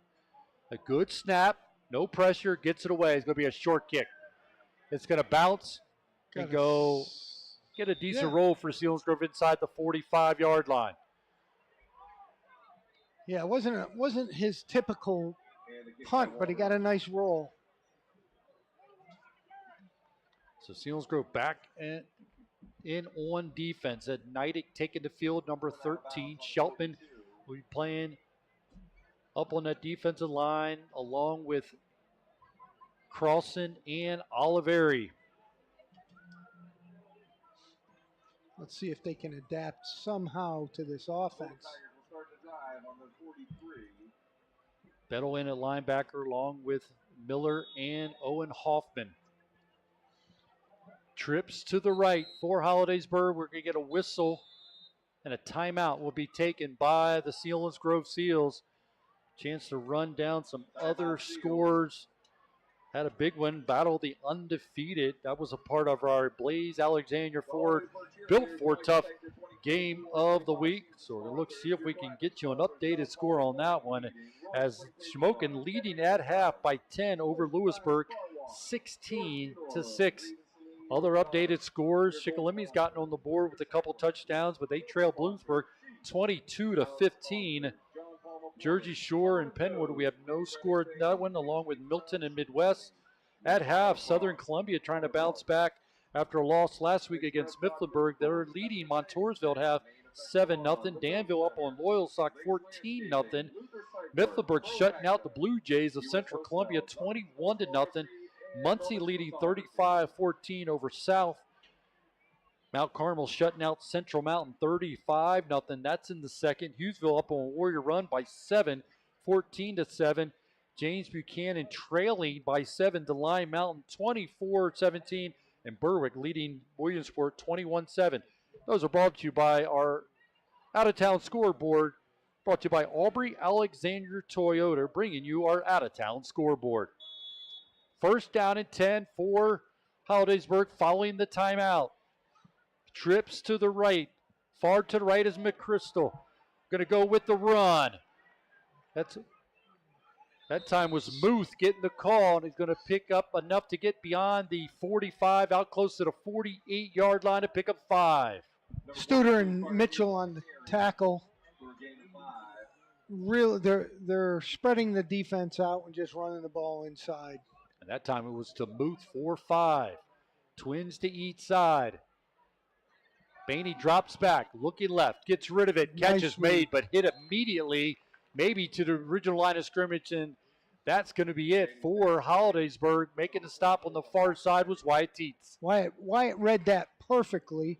And again, that was that flanker screen where they kick out with a lineman and wrap him around. Wyatt just read it perfectly. Third down and long for Hollidaysburg, leading 22-7. 2 wide receivers to the right. Moved alone back in the backfield along with Bainey. Looking for a big stop. Bainey looking over the middle. Deep slant. Intended receiver goes up, unable to make the catch, hits the turf, defended by Martinez. The intended receiver was Albarano. Falls incomplete. It'll be a fourth down and a punting situation for Hollidaysburg. That's a big stop. That was a huge stop. You took the words right out of my mouth. All set up by that. I was going to say Tucker Teets, but Wyatt Teets just made a nice play on the flanker screen. And that's what put them back on their heels. Gavin Bastion standing about his 19-yard line, waiting for the punt from Weedle. Late coming into the game is Neidick, as he'll make his way in. No pressure. High kick. Gavin Bastion lets it bounce. It takes a really nice roll. Takes it off the turf. Runs away from a couple tackles. Looking for another block to the sideline. Gets some room. Trying to stay in bounds to the 40. Makes a man miss at the 45. Still going. Running away from the defender. And he's going to take it the distance with no flag. Off the left sideline. Touchdown for the Selinsgrove Seals. Ethan Miller standing back here with his helmet off. He can't do that. Unless it was ripped off his head. But Gavin Bastion able to take it in for the score off the bounce as he did against Central Mountain a couple weeks ago. He got a great knack of doing that. I was just going to say no. Catch the ball in the air. He lets it bounce. I know he's not a shortstop, but he's got great hands. And then that was 100% Gavin Bastion on a great punt return. Kept in bounds. Great big-time play. And looking for the ball here for Selinsgrove. Got a timeout taken first by Selinsgrove. But what a big touchdown late in the half with just 47 seconds to go here in the first half. Selinsgrove defense comes up with a big stop. The ball hits the turf. Nobody asked you to do that, but he is able to do it as he did against Central Mountain. Took it off the turf, took it up the left sideline, able to make guys miss, stayed in balance, like you said, Steve, tiptoeing the sideline, and able to return it 91 yards for the Seals on the punt return, his second of the season by senior Gavin Bastion. And he showed a lot of guts. There were probably at least 4 blue shirts right around him when he picked that ball off the turf. Amazing play by Gavin Bastion. Maybe one of the best I've ever seen him do. And cuts into the lead of Holidaysburg. Got a timeout before the extra point try. Matt Winrick having a conversation with the official on the near side, getting an explanation, seems pleased with it, and he'll make his way back to the sidelines for the Seals. Noah Walter will jog out and attempt the extra point. It'll be Wyatt Teets on the hold. Jess Maria will make the snap. All coming with 47 seconds to go in the first half. Good snap. Line drive kick. Did it get through, and it's good. Nice job. 11 in a row for Noah Walter to cut into Holidaysburg lead. The score now sits at 22-14 following the 91-yard punt return by senior Gavin Bastion with 47 seconds to go in the first half. That's the Selinsgrove Ford drive summary. Okay, here's the scenario. Big defensive series here because Holidaysburg's going to try to stretch the field and get some points here. Big kickoff. Then Seals have the ball again coming out second half. So this is good timing. They're right back in this football game based on that punt return. Maneuvering his way up the left sideline, and the big task became, can he stay in bounds? And he does. Great job by the officials. They were right on top of it. In a crowd, the officials had to keep their eye on the play, and Selinsgrove right now trying to overcome the fact that Bainey has started this game 8 for 8 for 79 yards. Since that time, 2 for 6 for -6 yards. So the Seals defense able to step up on the last couple possessions and get the ball back and take it for a 91-yard punt return to have this game sitting at an 8-point game at 22-14 lead for Holidaysburg as Noah Walter has it lined up in middle of the hash. Remember at the beginning of the year he had it on the left hash. He now has it right in the middle. It's a swib kick. Be taken off the turf by the return man. Off the left hash. Nice Tripped job. up that time. Studer coming down and making the stop. He's the outside contained person. He went around 2 levels of blocking lines for Holidaysburg and got his ankle. Really nice job by Studer. Good coverage. Ball's on the 19 and a half, 20-yard line. Mark up where number 5 is. Gavin Bell, leading receiver, coming tonight. An explosive player for Holidaysburg. Has his 7th interception of the season tonight, getting his 7th. He'll split far to the right with Wyatt Teets on him. In the slot is Steiner. Bainey gets the shotgun, hands it off. Going right up the middle is Bronner. He's going to pick up 9 yards out to the 39 to the 40-yard line. Give him 10. Looks like he'll have enough for a first down. Clock will stop momentarily with 34 seconds to go. Timeout, Holidaysburg. Timeout for Holidaysburg. Again, coming up at halftime. Stick around. We'll give you the scoring recap. We'll give you the Seals athletic rundown presented by Murphy O'Brien. Stats from our stat man, Zach Showers. We'll break down that first half and look towards the second half between the 6-1 Holidaysburg Golden Tigers and the 4-3 Selinsgrove Seals. Seals trying to make it back-to-back wins after last week's win over Shikellamy 14-7. Right now they trail 22-14 to the Golden Tigers. By formation, they're kicking out. The Seals are kicking their outside linebackers out a little bit because they're in that 3 down linemen. It's a 3-5 defense. There's a lot of space inside, and Holidaysburg just reading that and giving it. Watch here. Splitting them out. See Gavin Bastion defending Steiner in a slot. Martinez over top in the safety position. Bainey going to hand off again. Go to Bronner. Nothing. Play. Knocked down at the line of scrimmage. Manier making the stop. And they're going to go quickly to the line of scrimmage once again. Clock sitting at 22 to go in the first half. Don't fall asleep on number 5. Gavin Bell split far to the right. Bainey drops back. He's looking left though. Throws it out there. It's going to be caught by Delatry and knocked out of bounds by Neidick. They're calling him in. Say he's in at the 37-yard line. They'll reset the chains with 9 seconds to go in the first half. Trying to see how many timeouts. 2 timeouts left for Holidaysburg. Twins to each side. Bainey gets the snap, fakes it. He's going to run. Let him run a little bit. Don't let him get out of bounds, though. He does. He's able to get out of bounds with 4 seconds to go. Hometown clock on that one as they're able to keep it with 4 seconds to go. Ethan Miller doesn't usually miss a tackle. He came through unblocked, and Bainey just stepped to his left. He's a very elusive kid. And he's patient, too. Yes, he did. I was just going to say, reads his block as well. Very patient, elusive kid. Looking at updated scores, no surprise. Mount Carmel shutting out Central Mountain 49-0. Muncie all over South Williamsport 42-14. Mifflinburg after a big win last week. No hangover by Mifflinburg. The Wildcats lead the Blue Jays 28-0. And Danville trying to stay undefeated at leading Loyalsock 14-3. They're going to have Weedle out there to kick the field goal with 4 seconds to go. He's going to spot it down at the 38-yard line. Looking to kick a 48-yard field goal. Definitely has the leg, the ability. Does your senior kicker. He's a right-footed kicker, and he's doing it from the left hash. Coach Wenrick just called a timeout. Oh, wrong way. Selinsgrove attempted a long field goal against Williamsport just a few weeks ago, but Williamsport was able to block the attempt and late in the first half able to take it in for a score. That's the recipe I'm asking for at this point in the game, and that would be a candidate for a Smoky-Dam Health Center backbreaker play of the game. Okay, let's see where this comes in. See if there's a TV timeout on top of a regular timeout. So that kicker's got to sit out there, and you notice he's away from the huddle. He's not listening to any coaches at all.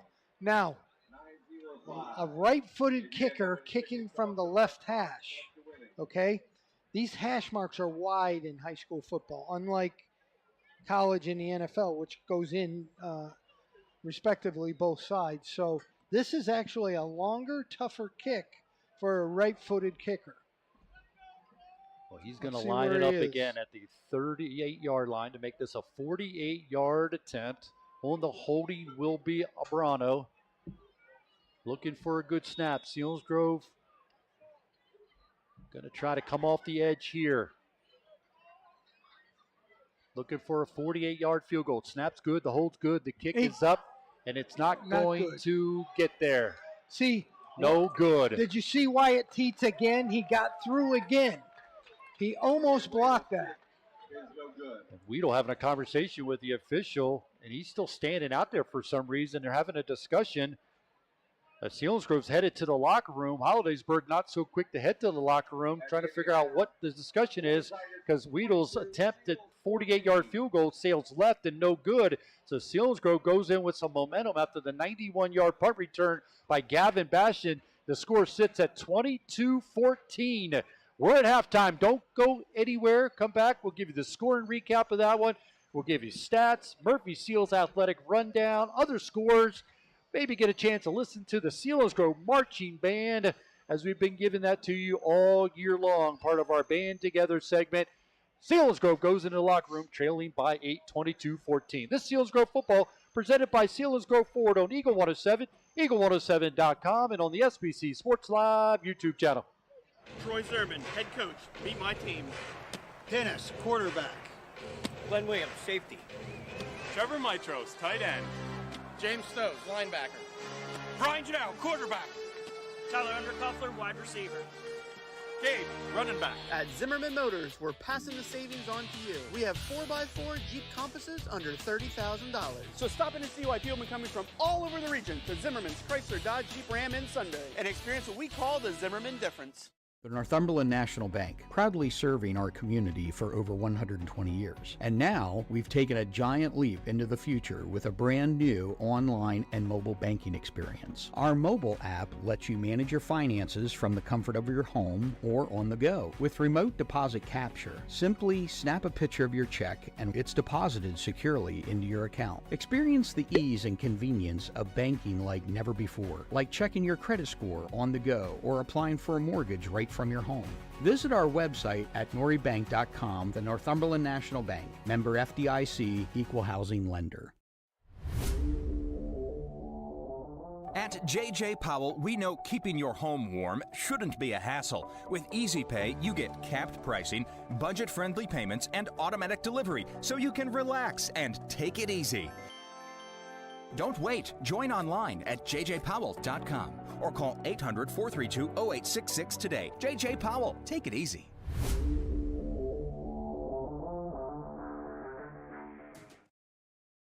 This world is filled with breathtaking moments where every road is an invitation to adventure and new stories. Built for those who crave exploration, freedom of the open road, and above all, safety.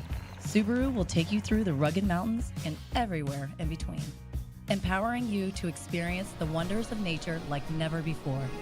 Whether you're a trailblazer or a weekend explorer, come and visit W&L Subaru, where we will help you discover the joy of driving and embrace your love of the great outdoors. Experience the difference at Blaze Alexander Family Dealerships. For over 40 years, Blaze Alexander has been Central PA's top choice for unbeatable prices. With 20 locations and 11 brands, we have what you want at a price you deserve. Over 4,000 new and pre-owned vehicles available. Why go anywhere else? Stop and shop or check us out online at blazealexander.com. Sales, service, parts, collision.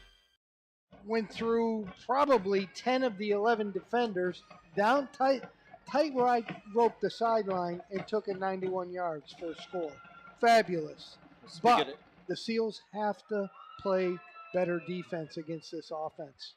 They really do. And it's worth mentioning that Mason Vasquez is not here tonight. Right. If you're wondering why his name hasn't been heard, he wasn't able to make the trip. Not feeling well. Hope he feels better soon.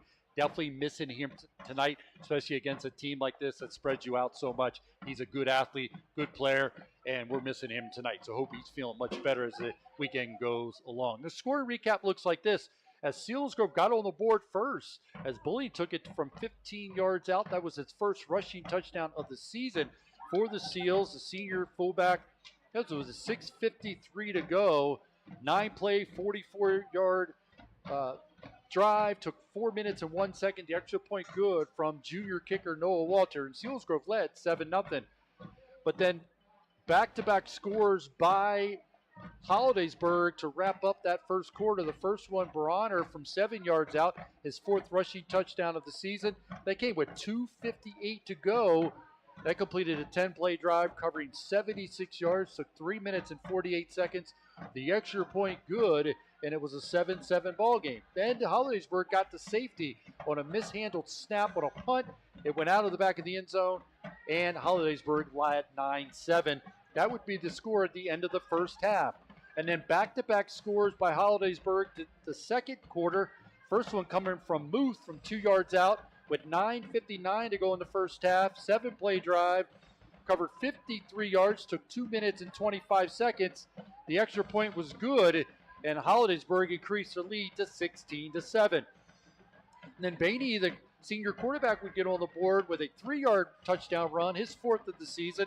That took it was a 7-play drive, went 35 yards, took 2 minutes and 5 seconds. That came with 4:32 to go in the first half. The extra point was a 2-point conversion, was no good, but Hollidaysburg led 22-7. But then Bastion, as we talked about, got the punt return from 91 yards out. The punt return came with 47 seconds to go in the first half.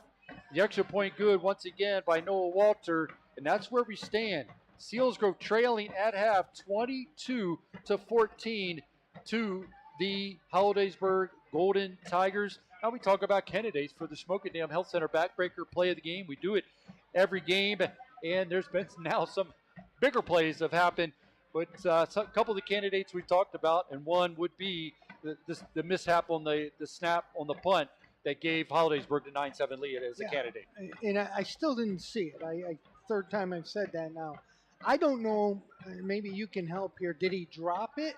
Was it a skipped punt? Or snap, I mean. I don't. Yeah, like you said, I didn't either. By the time I looked up, he was already scrambling for it. And then he tried to scoop it up, and by that time it went up. So I didn't see what initially had happened on the snap. So whether there's blame to go around or the bottom line is, like you said, it wasn't a touchdown. It ended up being 2-point, for the safety. So fortunate that way. Sometimes guys are in desperate mode and they'll throw it, and then it gets picked off and taken for a score. So whatever Noah was able to do to avoid that, give him credit. Because that is a stressful situation when you got all them coming in on you're the only one back there. So the mishap happened, and it's definitely a candidate for the Smoky Dam Health Center backbreaker play of the game. Also, the Gavin Bastion punt return for a touchdown are candidates for the Smoky Dam Health Center backbreaker play of the game. Now we get the Seals athletic rundown, and to do that, we get that from our very own Murphy O'Brien. We've had technical difficulties over the last couple of weeks, but we're going to try to nail this one, as we always love to hear from Murphy, giving us the rundown of the athletics across the Selinsgrove Area School District. So here is Murphy O'Brien. Our athletic week got kicked off on Saturday morning with the girls' soccer team earning themselves a 3-1 win against Williams Valley. They held on to a thrilling 2-1 win on the road against Williamsport. They celebrated their seniors with an impressive 8-0 win last night over Central Mountain. They will be on the road for a matchup against Altoona tomorrow, and they will return home to finish their regular season on Thursday night against Warrior Run. On Tuesday, the boys' soccer team held on to a close 2-1 finish against Midwest. On Wednesday, they lost on the road to the Williamsport Millionaires 2-0. Tomorrow, they will also travel to Altoona, and they will remain on the road to take on Benton. On Wednesday night, they will finish out their regular season at home against Warrior Run. The field hockey team earned themselves a 5-0 win over the Shikellamy Braves on Monday night. They fell in a heartbreaking loss to the Midwest Mustangs 2-1 on Wednesday night. They will return home on Monday for their final regular season game against Lewisburg. The golf team finished their regular season at 7-2 and are co-champions of the HAC. Mac DeFazio placed 4th in districts, and Dominic Santer finished in 6th. The girls' tennis team hosted Montgomery on Saturday morning and fell. Kylie Haynes will compete in singles districts tomorrow morning. The girls' cross-country team beat Jersey Shore, but fell to Central Mountain, Shikellamy, and Williamsport. Their overall record is 12-6. The boys' cross-country team beat Shikellamy and Jersey Shore, but they also fell to Central Mountain and Williamsport. Their current record is 14-4. This is Murphy O'Brien. Join me each week for the Seals Athletic Rundown on Eagle 107 and Eagle107.com. Thank you, Murphy, for giving us that rundown. Always great to hear all the other things going on in the fall season on the Selinsgrove Area School District. Here, Selinsgrove at halftime. Selinsgrove trailing 22-14. The numbers break down this way. When you look at first downs, dominated by Holidaysburg, 11 first downs to the Seals, just 3. In the rushing department, Hollidaysburg 102 rushing yards, 97 through the air for a total of 199 yards in that first half for Hollidaysburg of offense. Selinsgrove 23 rushing yards, 8 passing yards for just 31 yards of offense in that first half. They trail 22-14. Penalties, Selinsgrove with 4 penalties for 27 yards, and Hollidaysburg just 1 penalty for 15 yards. Both have a turnover in that first half. Selinsgrove with the interception and the fumble recovery by Hollidaysburg. Big plays, as we said, safety and the 91-yard punt return. But boy, Steve, to think that you're down 8 with the numbers I just read off, it's pretty surprising. It's honestly, I think one of the things that's helping the Seals is these TV timeouts. I really believe it. It's giving them a chance to catch a breath when they can, of course. But Hollidaysburg's got a great offensive attack against them. They're just kind of, he's sitting, Baney is smart. He's sitting back, and they're attacking where they're not. They're not doing anything different. It's an RPO attack. It's I do think that their drop-back passing game, when they go to that, it's not near as successful as the quicker game and the RPO inside stuff. So they're hanging in there. They can. This is a big down. The Seals will have the football starting the second half. A big set of downs, but they got to move the ball right there and move the change and do some good things. Take a break, come back, look at the rest of the numbers as Holidaysburg Golden Tiger Marching Band entertaining good crowd here at Holidaysburg. Selinsgrove trailing at this point 22-14. Come back, take a look at the rest of the numbers. This Selinsgrove football presented by Selinsgrove Ford on Eagle 107, eagle107.com, and on the SBC Sports Live YouTube channel. With gas rewards at Wise, your everyday purchases can add up to big savings at the pump. So next time you're fueling the kids after practice, filling up your fridge, or topping off your dinner table, you can shop and save in-store and at the pump so your wallet isn't running on empty. Earn one Wise reward point for every qualifying dollar you spend and save up to $1 off per gallon with Wise Gas Rewards. Eat better, spend less, that's Wise. Troy Zerman, head coach. Meet my team. Pinnis, quarterback. Glenn Williams, safety. Trevor Mitros, tight end. James Stokes, linebacker. Brian Janelle, quarterback. Tyler Undercuffler, wide receiver. Gabe, running back. At Zimmerman Motors, we're passing the savings on to you. We have 4x4 Jeep Compasses under $30,000. So stop in and see why people have been coming from all over the region to Zimmerman's Chrysler Dodge Jeep Ram in Sunday and experience what we call the Zimmerman difference. Buy the best pre-owned vehicle from the area's #1 certified pre-owned Ford dealer, Selinsgrove Ford. Selinsgrove Ford at the Bridge in Selinsgrove and at selinsgroveford.com.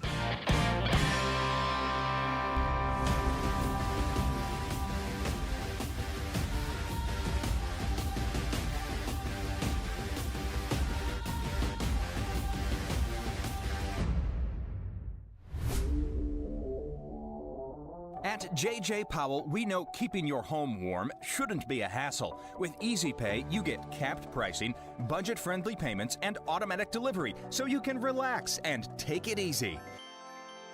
Don't wait. Join online at jjpowell.com or call 800-432-0866 today. J.J. Powell, take it easy.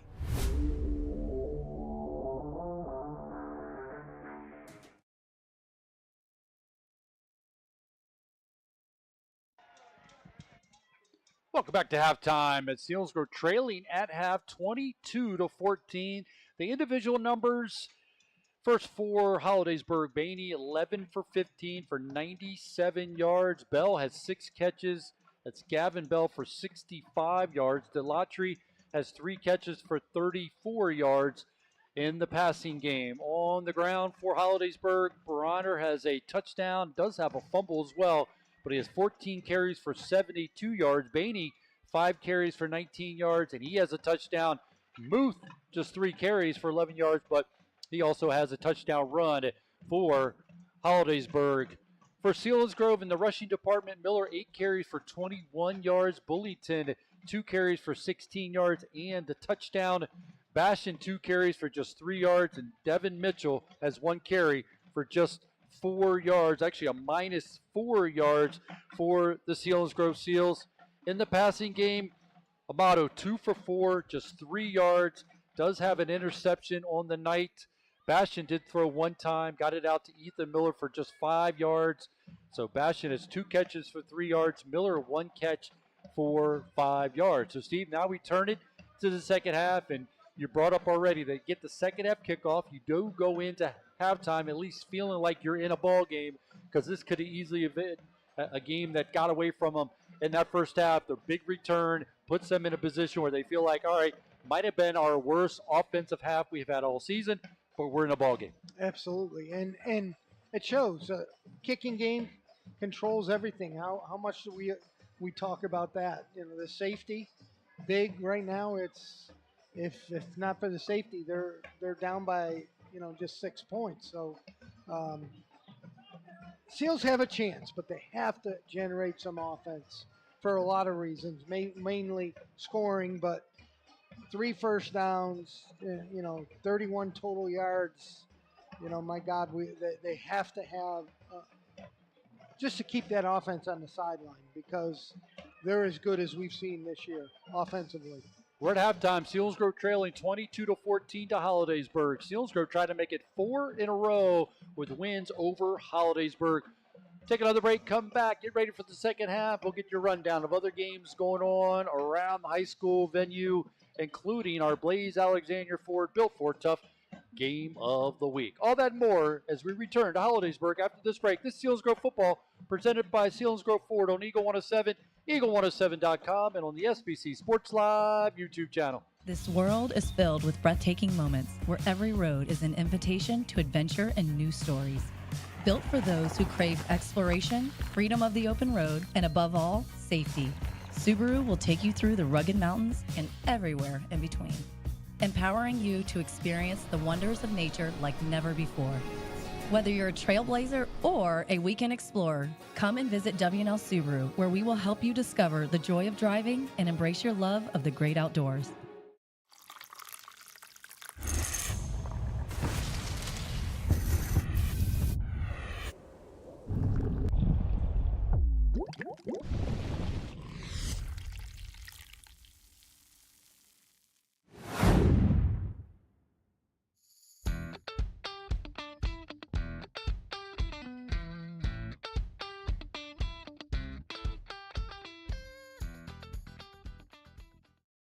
Buy the best pre-owned vehicle from the area's #1 certified pre-owned Ford dealer, Selinsgrove Ford. Selinsgrove Ford at the Bridge in Selinsgrove and at selinsgroveford.com.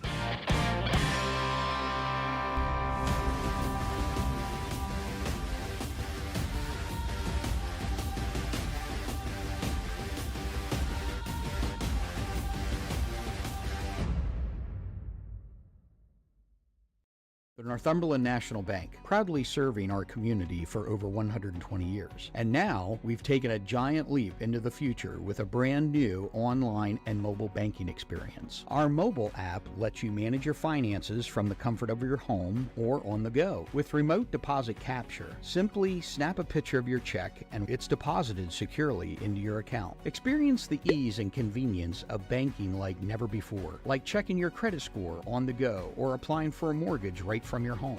Visit our website at noribank.com. The Northumberland National Bank, member FDIC, equal housing lender.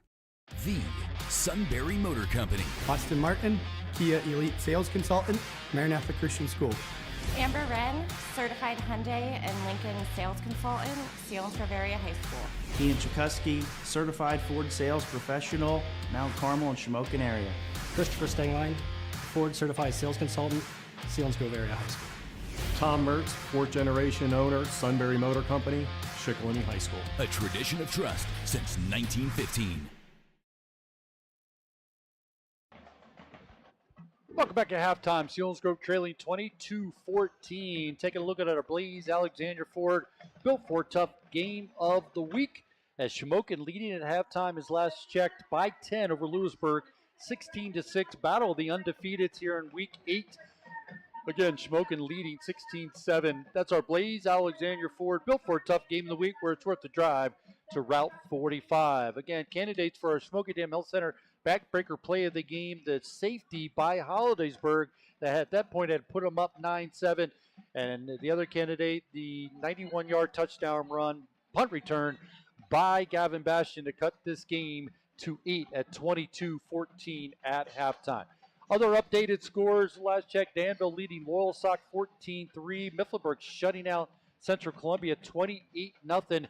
Muncie up on South Williamsport 42-14. Mount Carmel all over the Central Mountain Wildcats 49-0. Hughesville up 7 at halftime over Warrior Run 14-7. Lime Mountain up 7 on James Buchanan 24-17. And Berwick, who Selinsgrove will play at home next week, leading this at this point over Williamsport 21-14, and that one is at half. On our sister station, Shikellamy trailing Bloomsburg 22-15, and that is at half as well. As both teams return to the field, go through some warm-ups. As the Selinsgrove Seals on the far left, they're in the all white uniforms, white helmets, and Holidaysburg in their blue jerseys, white numbers, white pants, and white helmets, leading 22-14. It's worth mentioning again, Selinsgrove just 3 first downs in that first half, while Holidaysburg had 11. Selinsgrove came in the last 3 weeks averaging 14 first downs per game. They're far from that. as things stand with just 3. Rushing department, Selinsgrove just 23 yards rushing, while Hollidaysburg at 102 yards rushing in that first half. Hollidaysburg just needing 97 yards passing in that first half. They had a well-balanced attack all season long, but tonight it's been their rushing attack sitting at 102 yards. That's been good to go with that 97 yards to put them at 199 yards rushing in that, or total offense in that first half for Selinsgrove, just 31 total yards in that first half. But the biggest stat of the night, Selinsgrove trailing by just 8 to the Hollidaysburg Golden Tigers. So that's something that they were able to take at halftime, feel good about, as they will look to try to get the second half kickoff and work down the field. So break it down again, Steve. I know the numbers didn't look good. Things that we saw that maybe they could build on to go into that second half outside of the fact of getting good field position, but they got to try to pick apart something that happened in that first half outside of the 91-yard touchdown run. Yeah, I think it's important here that the Seals get some sort of a quick passing game together.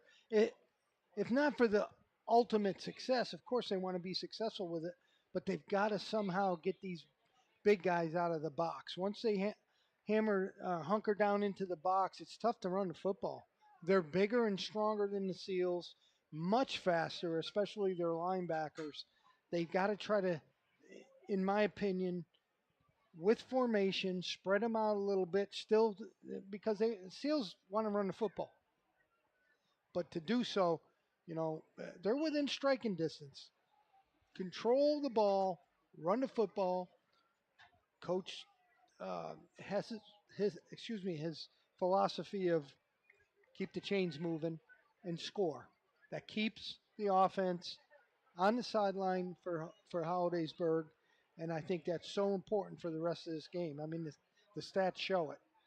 Hollidaysburg came into tonight averaging 29.4 points per game and giving up just 13.7 points per game. So Selinsgrove at that spot, scoring 14 in that first half. We talked about the balance in the offense of 171 yards per game compared to 105 on the ground for Hollidaysburg. Selinsgrove not having that type of season where they have 90.9 yards per game through the air and 164 on the ground. So it was a deal where they did bring Gavin Bastion, try to play a little bit of quarterback there, try to run behind him. That also, you give credit that way. When something isn't working, you try to adjust, and they have tried to do that, but it's been all about what the defense for Hollidaysburg's been able to do to the Selinsgrove Seals offense in that first half. And again, if you're just joining us, Selinsgrove 2 touchdowns. One came on their opening drive where they were able to get a fumble recovery and take it in for a score from 44 yards out, and the other was a 91-yard punt return by Gavin Bastion. But they do trail 22-14. Selinsgrove will get the second half kickoff. I tell you, the temperature has really dropped here. Shockingly. I had to go put my sweatshirt on my jacket, and I'm in the booth, so I credit everyone sitting out there in the weather. We're fortunate to be in the booth. And you know what? There's no flag, no movement of the flag. There's absolutely no wind tonight. It's a fall evening for sure, as again, we're waiting for the TV to get us back in play here so that we can get things underway in the second half with Selinsgrove trailing. Selinsgrove came in averaging 19.1 points per game, giving up 23.4. So defensively, they're right at that mark with 22 points given up in that first half. But Selinsgrove, a lot of talk at halftime about how to get this offense going and see that those things that Steve broke down and his analysis will come together in this second half as Weedle has it teed up, and the second half is underway. The line drive kick. It's going to hit and go out of the end zone to be a touchback as Gavin started to run to it. Notice it was going to go into the end zone. Let it go, and Selinsgrove will take over first down and 10 from their own 20-yard line. Yeah, he initially ran to it, and I was like, no. He let it go. Wise choice, Gavin Bastion. First down and 10 for the Seals. Just start the second half, trailing 22-14. Hollidaysburg did try to go for 2 on one of their touchdowns, unable to get that. And that's where we sit at 22-14. Rocco in at quarterback. 2 wide receivers to the left. Man goes in motion as Bastion. Go with the handoff to Miller. Tries to give the Miller mixer, but is upended, but a 5-yard pickup to make it a 2nd and 5. They're staying in 2 high safeties. Keep doing that, Seals. They cannot stop you if you continue to do that. 2nd and 5. Didn't catch who made the stop on that side on the left side of the 15, defense. Number 15. White make the stop. The big stop is the Miller mixer had just started to develop by Ethan Miller. Shotgun formation with 2 wide receivers to the right. This one's going to go to Miller straight up the middle behind a big wall of blue defenders, but Miller uses maybe some of his toughness maybe to get a yard, and that's going to be all on the run. So quickly already a 3rd down and 4 for the Seals. I like what they're doing, though. They had a 1 back in the backfield, went to some motion, see if there was any movement. Hollidaysburg stayed in 2 high. They ran off tackle. I think a couple of these big guys inside are tough to block. So big 3rd down play to start the second half for the Seals. Amato in the shotgun formation, Bastion in motion. Going to throw it out to Bastion in the flat. Trying to run away from the defender at the 30 or at the 20 to the 21. So well short of a 1st down. And Seals will be forced to punt it away. I think he lost a few yards on that one. Unfortunately, these guys are fast. They're good defensively. This is a good football team. And again, this is a program that just 2 years ago finished the regular season at 2-8. And they're going 6-5 a year ago. Right now they sit at 6-1, trying to prove it to 7-1 on the season. Noah Walter will kick it away. Looking for a good snap from Bettel. Wobbly, but it got there. Not a good kick. It's going to hit, take a good Selinsgrove roll. Still going. Rolls down to the 36-yard line. Spotted down by Ethan Miller. So beneficial roll by Noah Walter. And Holidaysburg will take over for the first time in the second half at their own 36-yard line, leading 22-14 over the Seals. That's what we used to call a plastic field roll. And I'll take the plastic field roll because it was not initially the best kick by Noah Walter, but got enough momentum on the kick, hit the return man. Bell could not get to it, got a good roll, sits at the 36-yard line in the Golden Tigers territory. 2 wide receivers to the left, Bell to the right. Bainey looking for the shotgun snap, gets it. Going to go off left, hit by Devin Mitchell, make the stop, back to the original line of scrimmage, 2nd down and 10. Devin moved at the last minute. He stemmed the front. He moved from outside to inside. The tackle didn't even touch him. He was unblocked. Bronner was the running back on the carry. No gain, 2nd down and 10. Just starting the second half. Selinsgrove trailing 22-14. Owen Hoffman, Ethan Miller, the 2 middle linebackers on this play with wide receivers to each side. Twins. Man goes in motion from right to left. Bainey looking left. Now looks over the middle. It's got Steiner. Makes the catch. Short of a 1st down at the 45-yard line. They're going to mark at the 44-yard line. So it's going to be a 3rd down and a big 2 for Holidaysburg. There's the tempo. They're right on the line of scrimmage. Abrano will set up on the right side of the formation.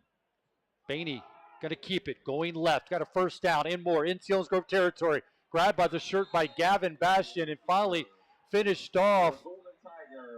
But a 1st down by the Golden Tigers to the Selinsgrove 44-yard line tempo. That's an experienced quarterback. That's all he did. He just read the zone read and kept the football. 1st down and 10. Going to look to throw a quick pass. Catch is made. Up the left hash. Outrunning defenders. Finally caught from behind. Jake Bettel able to get to him, help upend him, but a big 1st down deep in Selinsgrove territory for the Golden Tigers. RPO's tough. Alvarado on the catch. Tackle made by number 12, Jake Bettel. Golden Tiger. 1st down inside of the 20, close to the 16-yard line. Bainey gets the snaps, going to hand it off to Bronner. And he's met before he could get to the 10-yard line. Host the white shirts making the stop. but it's going to be a pickup of 7 to make it a 2nd and 3 for Hollidaysburg. Quick moving offense for Hollidaysburg. Deep in Selinsgrove territory. Getting the snap is Bainey. Going to keep it again. Trying to bounce to the outside. Runs away from Bettle. And it's going to be hit as he goes out of bounds. The ball was knocked away, but it's out of bounds. Stoppage. I think a flag was thrown. Saw a football get tossed somewhere as well. It was kind of a strange scenario in the far corner near the pylon. The officials are having a conversation now about where the ball got knocked out of bounds as Bainey went left. Bettle, he got away from Bettle, met by white shirts. It looked like he had enough for a first down, but there's conversation being had by the officials. No flag. Pick up the flag. So no flag on the play, but now it's a matter of spot. Are they marking at the 5-yard line, which would be enough for a first down? First down, goal to go for the Golden Tigers. Golden Tiger, first down. Twins to each side. Lone back in the backfield is Bronner. Short shotgun by Bainey. Gets the snap. He's going to give it to the lone back in the backfield this time, trying to stretch it to the goal line. Pulled backwards by Bullington. And it's going to be short of the goal line, down to about the 2-yard line. Second down, goal to go from the 2.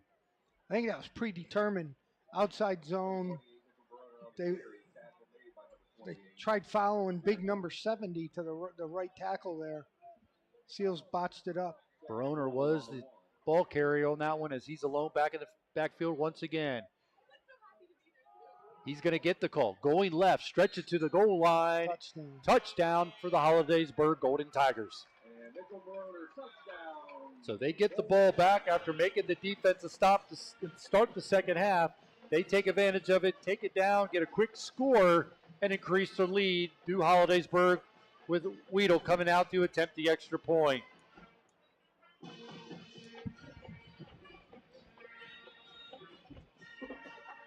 Too many weapons. They can do so many things. Big, tall, athletic receivers, good running backs. Quarterback does a super job reading the play. Scoring with 7:41 to go in the third. High snap, gets it down, kick is off. White Teats almost gets to it. Unable to make the block. The extra point is good by Weedle. Increasing the lead for Hollidaysburg to 29-14 with 7:41 to go in the third. An impressive drive by the Golden Tigers, taking it down the field to get points on the board with another rushing touchdown by Bronner. This one coming from 1 yard out. That's his second rushing touchdown, his 5th of the season for the Golden Tigers. Very impressive drive.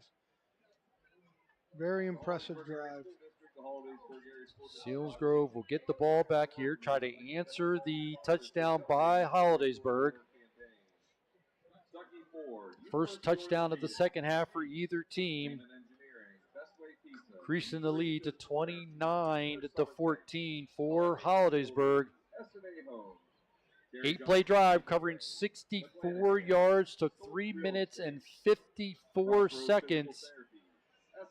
Finished off by that 1 yard touchdown run, the extra point good. Selinsgrove sees the deficit at 29-14. That's the Selinsgrove Ford drive summary. Well, if I said on the air before we went on, these athletes look interchangeable. A lot of these kids look the same. They all look like they're around 6 foot, 6'1", 175, 190. And boy, they can stretch them all out. Delatry was a big-time receiver for him a couple years ago. He has been targeted once, as Gavin Bell is a leading receiver coming in tonight, but that doesn't take anything away from Delatry. He's a nice size, good target for Bainey as well. Bainey runs the show, though. They have the RPL game going. He can do the zone read as a quarterback, which is great, but most importantly, he throws off of it. Those slants that they're throwing aren't 5-yard slants. They're 10, 15-yard slants off of the RPO. You can compare them to what we saw with Twin Valley back in Very week much 2. so. Yep. Good analogy there, Coach. Well, as soon as you said that he's running the show, I mean, there was nobody more ran the show than any team we've seen all year than that quarterback all the way back in week 2 for Twin Valley. But Bainey is right on his heels, playing very well throughout the season, and tonight especially against the Seals defense. Weedle will kick us away. End over end kick. Gavin Bastion will take it at the 2-yard line. Crosses the 10 to the 15. Jumps a defender, and there's going to be a flag on the play. Back behind the play as Gavin Bastion got beyond the 30 after leaping a defender. I don't know if there's a rule. Ryan told me there's a rule you're not allowed to jump defenders or something like that, but I don't know if that's what that is. I think it's more of a hurdle. You're not allowed to hurdle. So I wish we could hear what he's going to tell, but it's going to be a holding call. That's unfortunate. It was a nice return by Gavin. Thought we were on TV. One thing you feel the benefit of being or having a game on TV is sometimes is the microphone is keyed up on the lead officials to give us calls, but that one was obvious, called a holding call, drives the ball back all the way to the 15-yard line. So take away a good return by Gavin Bastion to make this a 1st down and 10 for the Seals deep in their own territory. Going to give it to Miller, straight up the middle, runs into a wall, blue shirts, no push up front. That time by the Seals, maybe give them a yard, and that's going to, maybe 2, but make it a 2nd down and 8, clock running with 7:20 You're to go to exactly 3rd. Right. They're not getting any movement, any inside running plays right now. But again, look at these guys. There's 200-300 pounders inside, close to 300 pounds. They're just big, strong, stout guys, and their defense is fast. And again, we're saying it's a good football team. Up front, 302, 276, 262, and 242. Miller gets the call again. Nothing. Off the left, maybe yard, falls forward. Give Miller credit, trying to do everything he can to try to pick up positive yards. But talk about running into that front line has got to be tough, and Miller's trying to do the best he can with it. Golden Tigers come in at 6-1. Started off the season 5-0, and then lost to Fort Hill from Maryland before beating Jersey Shore last week. They're sitting at 6-1. Amato drops back, throwing a slant. It's got Wyatt Tietzen out of his hands, and it falls incomplete. That's unfortunate, and it's what happens. I mean, Rocco hit him a little bit on his back shoulder, but he should have had that thing, and it was a nice play. It was wide open. Now they're back to punt. One thing we talked about is having difficulties getting those slant patterns and finding it, but as you said, they do run that and had a chance to pick up a positive play there. Unfortunately, falls in and out of Wyatt Tietzen's hand. Noah Walter will have to punt. It's been under some pressure. They're coming, but he's able to get it away. Better punt. Fair catch made by Gavin Bell at the 44-yard line. Seals 0 first downs since the opening drive. Wow. And it shows. I mean, there's basically taking no time off the clock, and their offense is back out in the field. The only thing really slowing things up are the doggone TV timeouts. And that first drive, they saw Selinsgrove get 3 first downs, and that's been it since. Holidaysburg comes straight from the sidelines, out over the ball. Twins to each side, leading 29-14 with 6:11 to go into 3rd. Bainey drops back, looking down the left sidelines, looking for Delatry out there. No flag thrown as both guys turn and try to come back and get it, but Selinsgrove got it lucky on that one. And Studer on the coverage along with Tietz. You know, balls in the air. It's both guys. So I think that was a good no call. Yeah, sometimes people forget that they both have equal right to go get the ball, whatever way they have to, and it was underthrown, so both of them had to turn, try to make an athletic play to come back with it. Falls incomplete. 2nd down and 10. Hollidaysburg has it at the Selinsgrove 44-yard line. Low snap. Handoff. Goes to the lone back in the backfield. Bronner is going to pick up 8 before he's taken down short of the 35-yard line. Bullington on the stop. running hard. There's a lot of young guys for the Seals out there right now. Well, one's coming off. Sheltman will come to the sidelines after that run play by Hollidaysburg. 3rd down and a long 2. Bronner gets the call again. Mitchell had him, got away from him, and he's going to get enough for a 1st down inside the 35-yard line, close to the 32-yard line. Go Hollidaysburg, picking up the 1st down. Yeah, I thought, Mitchell was there, had him, would have been a stop to either no gain or short gain, which would have meant a 4th down play, but they got the 1st.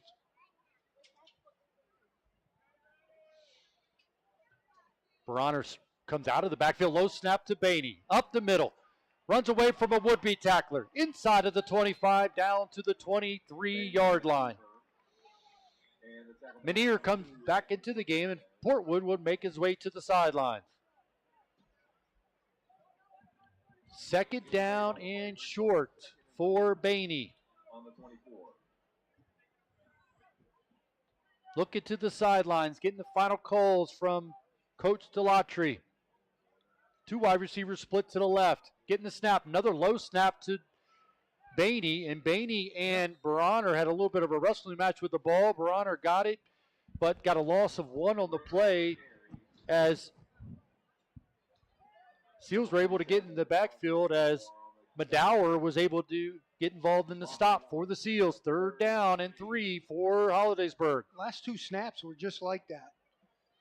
Looked like Bainey almost got his knee down on the turf. Looking for the snap here. This is a good one.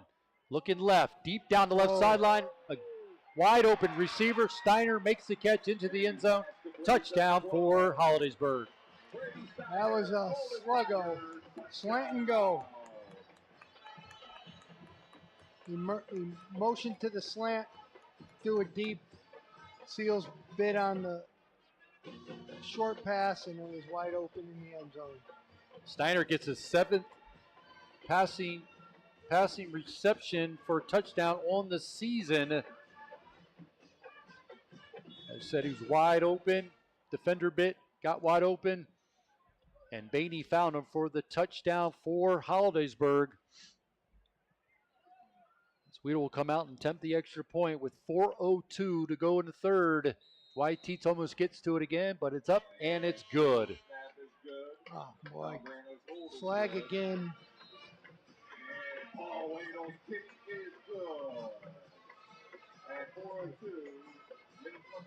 A flag thrown. Actually, there were 2, so somebody said something. I don't know if it was the Seal. Now see the TV guy out trying to fix the microphone of the official. We talked about that. We couldn't hear him talking if he was trying to tell us anything was going on. But I can tell you what's going on. Seals go trailing 36-14 as back-to-back 3rd quarter touchdowns by Hollidaysburg. This one come in on a 6-play drive covering 44 yards. Took 2 minutes and 9 seconds. Bainey finding Steiner for the 25-yard touchdown reception. And Bainey able to get his 16th passing touchdown of the night. Sometimes you see when guys are wide open and no one around, sometimes you somebody who's dropped it.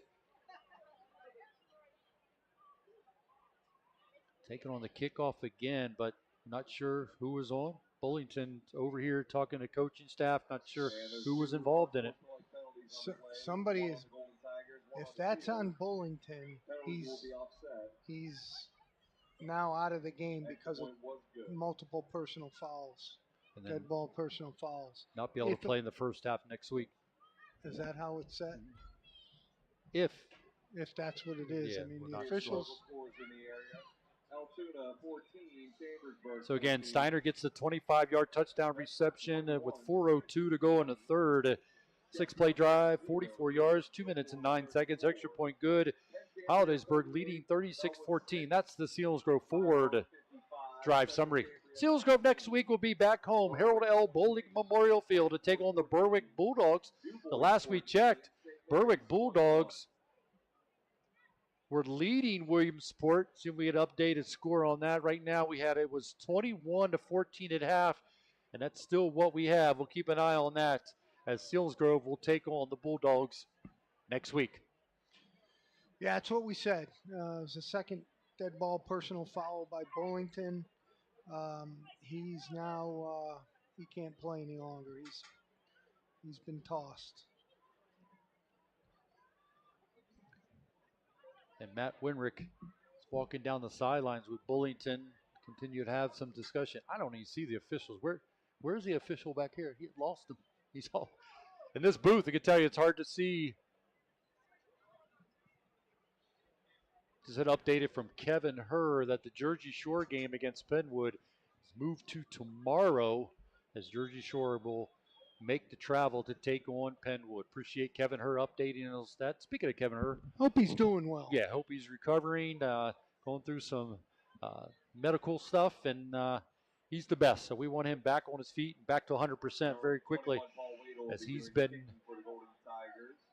on the disabled list from covering the Shikellamy Braves, but we're hoping he's back in time to cover what he does best, and that's Shikellamy basketball. Miss you, Kevin. Been doing it for a long time, and he's the best. But Selinsgrove right now trailing 36-14 against Hollidaysburg. Holidaysburg again. Back-to-back touchdowns in the third. The latest one, 25-yard touchdown reception, as Bainey gets his 16th passing touchdown of the season, the senior, to Steiner. Steiner, senior as well. So after all the stoppage there, Weedle has it lined up in between the hashes, ready to kick this one away. He's been driving Gavin Bastion all the way back to the 2-yard line. And I don't blame Bastion catching it out because it's been all the offense for the Seals since that opening possession. Sure has. So Weedle will come up, kick it away. End over end kick going away from Bastion. Hits into the end zone. Another touchdown back by your senior kicker, Weedle. Ball will be placed on the 20. So taking the field will be the Seals offense. Boy, there's a lot of young guys. I'm just looking at the kickoff return. 1, 2, 3, 4 freshmen right there that came off. You're talking Fordyce and Sheltman and P.D. Sanzone. Scorzone, the whole crew. Did I say Sanzone again? Scorzone. Amato gets it away. Ooh. Amato trying to get the pass out to Wyatt Teets in the flat. Nothing there. Falls incomplete. Second down and 10 for the Seals. They won't kill you. Good people. They're great. Nobody in my neighborhood would have any thought of harming anybody. His mom was our field hockey coach. She's on the Hall of Fame, in the Hall of Fame, on the committee with me. Oh, wow. I didn't realize that. Good Dad's tidbit. a good physical therapist and also ran the youth football program for a long time in Selinsgrove. Great family. So with all that said, we'll make sure you get your name correct. Scorzone. Had the pleasure. I had a Sanzone, so that's years ago. Had the pleasure of doing a photo shoot with Peter and Carson Dodge. Asked me to come over and take a picture of them before homecoming. That was a great time. This past. Ball's out. Oh, man. Fumble. He threw the beanbag. He must have dropped it. Yep, they certainly are going to get the ball. Selinsgrove tried to go right on that one, got hit. The ball comes loose. As you said, when the beanbag hits, you know it's a fumble, and it's the Holidaysburg Golden Tigers jumping on top of it as they'll have it at the Selinsgrove 16-yard line. Check that. Number 65, Billick on the script. Boy, when Billick it on rains, the it recovery. pours, right? Absolutely. On the fumble recovery. So Holidaysburg will bounce off the sideline, get up to the line of scrimmage with an opportunity deep in Selinsgrove territory, already leading 36-14 with 3:52 to go in the third. And they have a new quarterback, a whole bunch of new shirts out there. Delatry will come in at quarterback. Low snap, under his feet. Delatry will go back. He'll scramble for it, still on the turf. Selinsgrove scrambles for it, and it looks like Holidaysburg got it back. Murphy's Law. Exactly. Wow. Exactly. That they bounced on It bounced off 2 white shirts, put it that way. By number 42, Carter Mew. I see coming in the game also number 3, J.J. Stoltz. You look at him, he's got really good size as well. They have him listed at 6'2". He splits far to the right. They just keep churning him out. Delatry will try it again. Looks like some movement up front, no whistle. Nope, this is Bainey. They're going to go back with Bainey at quarterback. Yep. And he's going left, dragging defenders to get to the 35-yard line. So I don't know if Delatry was banged around on that play or not, but imagine that they only gave him one shot on a bad snap, and they send him back to the sideline. They've been having difficulties with the snap all night, and it's still the same number in there, same offensive line. So a 3rd down and long, called a 3rd down and 29. They need to get all the way down to the 7-yard line. Ball sits at the Selinsgrove 35-yard line. High snap over Bainey's head, hits the turf. He turns and runs. It's going to be caught by Mitchell and slammed to the turf. Sacked by Devin Mitchell. Selinsgrove football on SBC Sports Live is sponsored in part by Northumberland Bank. Blaze Alexander Family Dealership. Punt situation now, 4th down and very long, but they've been having issues with the snap all night. That one flew right through his hands. It looked like it was a decent snap, but Bainey tried to get his hands on it, unable to. And another loss in the play all the way back to midfield. That's all coming after Selinsgrove had fumbled the ball. But now it's a punting situation for Holidaysburg. Gavin Bastion back deep, off his helmet. Oh, and he's going to hit him. Devin Mitchell hits him. It's a penalty on the play. And Weedle's going to get a penalty for barking at Devin Mitchell. So Weedle instead of walking away from it, now it's a flag on the punter and on Devin Mitchell. And I wasn't even watching what was happening down here as I watched the action with the punter and Devin Mitchell. Well, it bounced off one of the defenders. Let's see what this is. Roughing the kicker.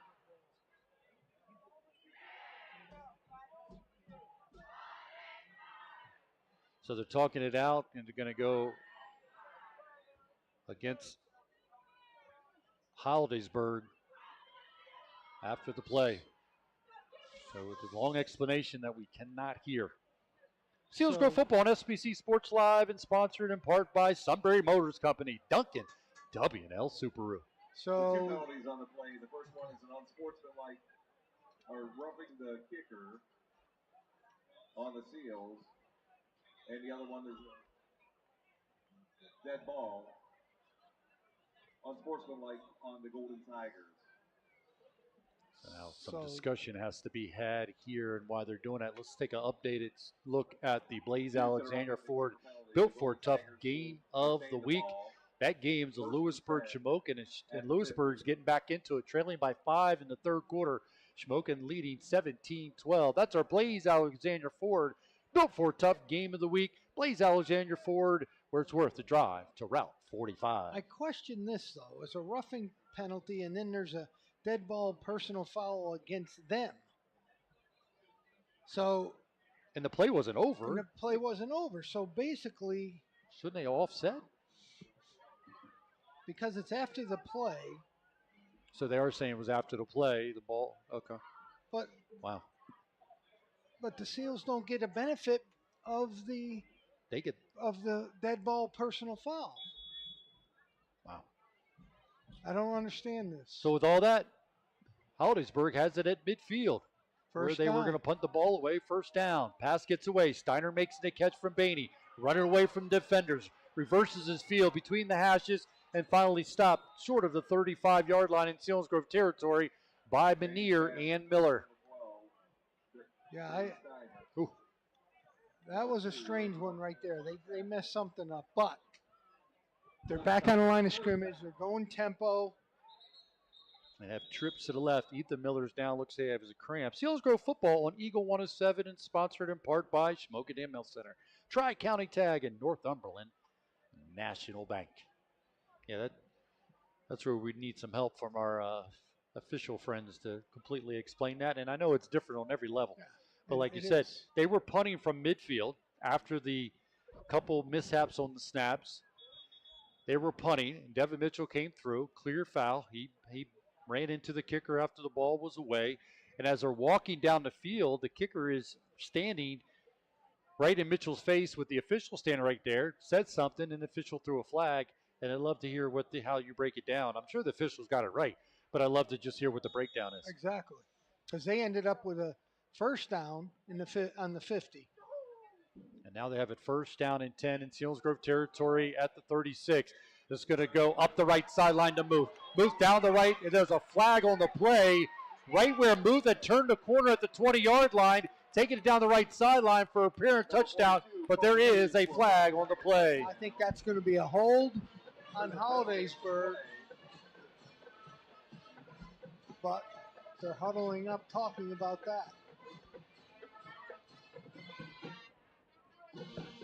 And Gavin Bastion is over by Hollidaysburg talking. I'm hoping that's just a cordial conversation, because we got a big game coming up next week against the Berwick Bulldogs at home. So some more discussion by the officials happening here. Looking for candidates for the Schmokadam Health Center backbreaker play of the game. And unfortunately, a majority of the candidates right now are leading towards Holidaysburg. But we will give you the Schmokadam Health Center backbreaker play of the game during our postgame show. First down and 5 for Holidaysburg, back at the Selinsgrove 31-yard line, taking away that touchdown run by Muth. Trips to the left. Bainey's going to give it back to Muth, going straight up the middle, but caught and taken down by Manier as he gets inside the 30, down to the 29-yard line. That was the exact same play. He just reading the zone read and either giving it or taking it based on what the defensive end for Selinsgrove does. In the slot on the far side is Rhodes, Ethan Rhodes for Holidaysburg. He's over there with Steinert and Delatry. Muth switches from right to left. Bell split to the right. Bainey's design keeper running with it. Trying to run away from Bettel. Caught from behind. Studer involved in the stop. He'll be taken down inside the 20 at the 19-yard line, but enough for a first down for the Golden Tigers. And this clock is running quickly. On that carry, brings up a goal. With 10 seconds left in the third quarter, and Hollidaysburg is going to let it run out to end the third quarter. Third quarter dominated by the Golden Tigers. They now lead 36-14 over the Seals. This is Selinsgrove football on Eagle 107, and on the SBC Sports Live YouTube channel. Experience the difference at Blaze Alexander Family Dealership. For over 40 years, Blaze Alexander has been Central PA's top choice for unbeatable prices. With 20 locations and 11 brands, we have what you want at a price you deserve. Over 4,000 new and pre-owned vehicles available. Why go anywhere else? Stop and shop or check us out online at blazealexander.com. Sales, service, parts, collision. With gas rewards at Wise, your everyday purchases can add up to big savings at the pump. So next time you're fueling the kids after practice, filling up your fridge, or topping off your dinner table, you can shop and save in-store and at the pump, so your wallet isn't running on empty. Earn one Wise reward point for every qualifying dollar you spend, and save up to $1 off per gallon with Wise Gas Rewards. Eat better, spend less, that's Wise.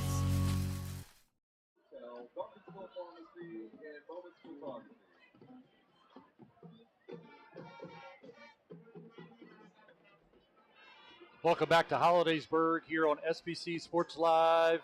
Also on Eagle 107, eagle107.com. Moving into the fourth quarter as Holidaysburg has it inside Selinsgrove's 19-yard line as they'll have it first down and 10. Bainey is in at quarterback. Delatry came in for one snap and went under his feet. But again, you made a good point. I don't see him anywhere. I wonder if he got caught. Yeah, he is back in now. Yeah, but he definitely wasn't in for the last couple snaps, as you said, because 25 was in for him, but now he is back in the game and trying to see if he has a little bit of a hitch in his giddy up. He is holding his hips, or he's got his hands on his hips, but he Anytime you have to recover a fumble, man, you know everyone's come diving in there. You never know what's happening. Yeah, it's like a train wreck. Selinsgrove Football and Eagle 107 is sponsored in part by Buffalo Wild Wings, Weichel Bussing. Gonna look for some updated scores as Lewisburg had cut into the Schmoken lead, and also Shikellamy tightened things up with Bloomsburg. Now Bloom leading 39-29 over the Shikellamy Braves, and Lewisburg goes final. Schmoken wins 17-12, already a final. Wow. This one's going long because of TV. Because of TV. We just moved into the fourth quarter, and we have some kind of delay going on right now as well. Torture. TV. All right, we're getting back in here. The whistle put this one back in play. First down and 10 for Holidaysburg. Booth alone back in the backfield, gets the call, going right, bounces off a tackle, still going up the right sideline, runs over a defender. Going to have a first down inside of the 10, close to the 9-yard line. Goes Muth on the carry for Holidaysburg. Boy, the Seals had bodies there. I mean, it was good, hard run. Obviously, you can see that the Selinsgrove defense is so tired out. They've been on the field essentially the whole game. Bettle was able to get there and make the stop, but a first down and goal for Holidaysburg from the 9. Movement up front, no flag thrown as Bainey looks to the sideline, switches Muth from the left to the right. 2 wide receivers to the right. Muth gets the call again between the tackles. Hit at the 5. Host of white shirts involved in the stop there as Connor Crossan tried to get there, but Muth able to take it to the 5 to make it a second down goal to go from the 5. You're right. There were a lot of white shirts to the ball on that one. Good pursuit, good tackle. 11 minutes to go in the game. Holidaysburg looking to add to their 36-14 lead. Deep in Selinsgrove territory inside of the 5. Muth alone back in the backfield as he's been on this possession. Gets the call again. Nope, Bainey's going to keep it. Going right. Goal line. Touchdown, Holidaysburg. 4-yard carry for Golden Tiger. Touchdown. Sometimes you say, well, you don't want to sound like a broken record, but this is broken record territory. Just too much. Too much tonight. Selinsgrove's depleted with numbers to get on the field. Some guys didn't make the trip. Some did, aren't able to play. And with a team like this, they just wearing you down, and that's what's happening. That's well put, Pat, because they're very worn down. The defense has been on the field essentially the whole night. Not really much offense to say. And the snap by Kittle is good. The hold by Bainey takes it in for the score. He gets his 5th rushing touchdown of the senior quarterback for Holidaysburg, adding to the score to make it a 43-14 with 10:42 to go in the game. As Selinsgrove slowly will make their way to the sidelines. You know, you don't want them to quit, and they certainly will not quit, and they're not quitting. I'm not saying that at all. But what Seals have to do now is try to get something going offensively, but most importantly, stay healthy. I've seen it where situations like this come about and guys are on the field. Now, depending on what Holidaysburg does from here on out, they've dominated the entire night. So outside of kicking game, which the Seals did with Gavin Bastion pretty well. So let's see how they play. Are they going to play their starters? Can Coach Wenrick and staff get the young guys in? This one's kind of out of hand at this point. So a 10-play drive going 84 yards, took 5 minutes and 10 seconds, a 5-yard touchdown run by Bainey, his 5th of the season. All comes with 10:42 in the game, the extra point good. And it's a 43-14 lead for Holidaysburg. That's the Selinsgrove Ford drive summary. keeping in mind that the roughing the punter penalty came on a 4th and 44. Wow. Wow.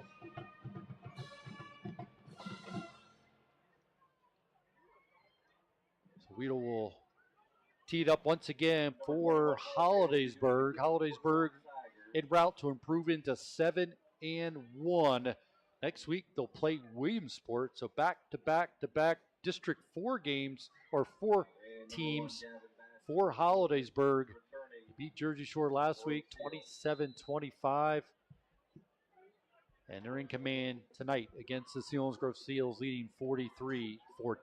Little explanation there. Hollidaysburg's a 5A school, and they're undefeated in the Pennsylvania State ranking because, as you mentioned earlier, their only loss came from a Maryland team. Weedle will kick this away. Short kick this time. It's going to bounce at the 12. Bastion takes it off the turf. Bit of a hesitation and then just swarmed over. And then this is what you talk about, Steve. Now there's flags thrown at the end of the play. There's a man down without his helmet for Holidaysburg at the 24-yard line. So again, we're going to have not only, we've been saying about the TV timeouts, it is what it is, and it would be much different if it was a tight ball game, but it just adds to the frustration. And then Weedle just flashed something towards the Selinsgrove sidelines as he ran it back and got the tee. So now it's just getting chippy, and you just can't have that. You just can't get to this point. The game is well in hand by Holidaysburg, but there was a late flag thrown at the end of that play, but it goes against Holidaysburg, and they'll walk it off. Selinsgrove will have it all the way outside of the 25-yard line to the 28-yard line to start this possession, trailing 43-14. They just got to focus and try to establish some sort of offense here and finish the game strong. 2 wide receivers will go to the right, 1 to the left. That's Bastion. Under center is Rocco Amato with Miller behind him. Amato drops back, throws a quick wide receiver screen to Gavin Bastion. Stiff arms, the guy at the 35. Still going, looking for a block. Around the edge to the midfield, into Holiday's territory, all the way down to the 35-yard line. Goes Gavin Bastion on the biggest offensive play of the night for the Seals. That's one of the first screens I've seen them run all season. Well-executed play. Get the ball to your playmaker. So it's a first down at the Holidaysburg 35-yard line for the Seals. 10:25 stop clock after Bastion went out of bounds. First down and 10. Bastion will go to the left. 2 wide receivers to the right. That's Wyatt Teets in the slot is Studer. Short shotgun for Rocco Amato. Turn, give it to Miller, going up the middle, run to the wall, bounces off a guy, gets to the 30, and finally taken to the turf. He was dragging behind him Braven Matthews, the junior, 6'1", 302 pounds. Ethan Miller's down. He's dealing with cramps. It looks like that's possibly what it is again. Selinsgrove Football on Eagle 107 is sponsored in part by Buffalo Wild Wings and Weichel Bussey, Christy Horton, Bowen Agency, Realtor, and Jeff Residential. Stoppage here as JT is checking on Ethan Miller, but hopefully just a cramp, and you're going to get a cramp when you're trying to drag 302 pounds of a lineman who did a good job just to get hold of Ethan Miller on the run. It was all Ethan. He broke out to the outside. They gave him 6 yards on that, so it'll be a 2nd down and 4. Ethan Miller coming to the sidelines under a lot of uncomfortableness. Takes a crutch away from one of the other players who's got a boot on his foot to help walk this off. Getting some assistance from head coach Matt Winrick to the sidelines and to the bench. Warrior, Ethan Miller, just a warrior. Trying to give everything he can, even in a game that seems to be well in hand by Holidaysburg. Did pick up 6, 2nd down and 4 for Selinsgrove. Devin Mitchell will come in for Ethan Miller, playing the deep man in this pistol look for the Seals. Bastion goes in motion, high snap. Rocco Amato gets it, being chased, and it's going to be slammed to the turf. Big lineman, keeper, the sophomore, 6'2", 311, and Rocco Mata wasn't going to get away from him. Big loss on the play. It'll drive the ball all the way back to the 37-yard line for the Seals. It'll be 3rd down and 12. So a loss of 6 on the play for the Seals following the sack. Gavin Bastion split to the right. McChrystal on him. 2 wide receivers will go to the left. Rocco gets it. Under pressure. Trying to step up. Going to keep his eye down the field. Looking for Bettle, the tight end, and short arms it. Comes up incomplete. It'll be a 4th down. 12 for the Seals. 4-down territory. Yeah, I think we got a motion. Legal procedure penalty. It looks like they declined it. They will decline it. Amato here on the sideline getting the call from OC Bastion, and he'll make his way to with 10 seconds on the play clock. They're going to get caught on this one. Hurry up. At 5.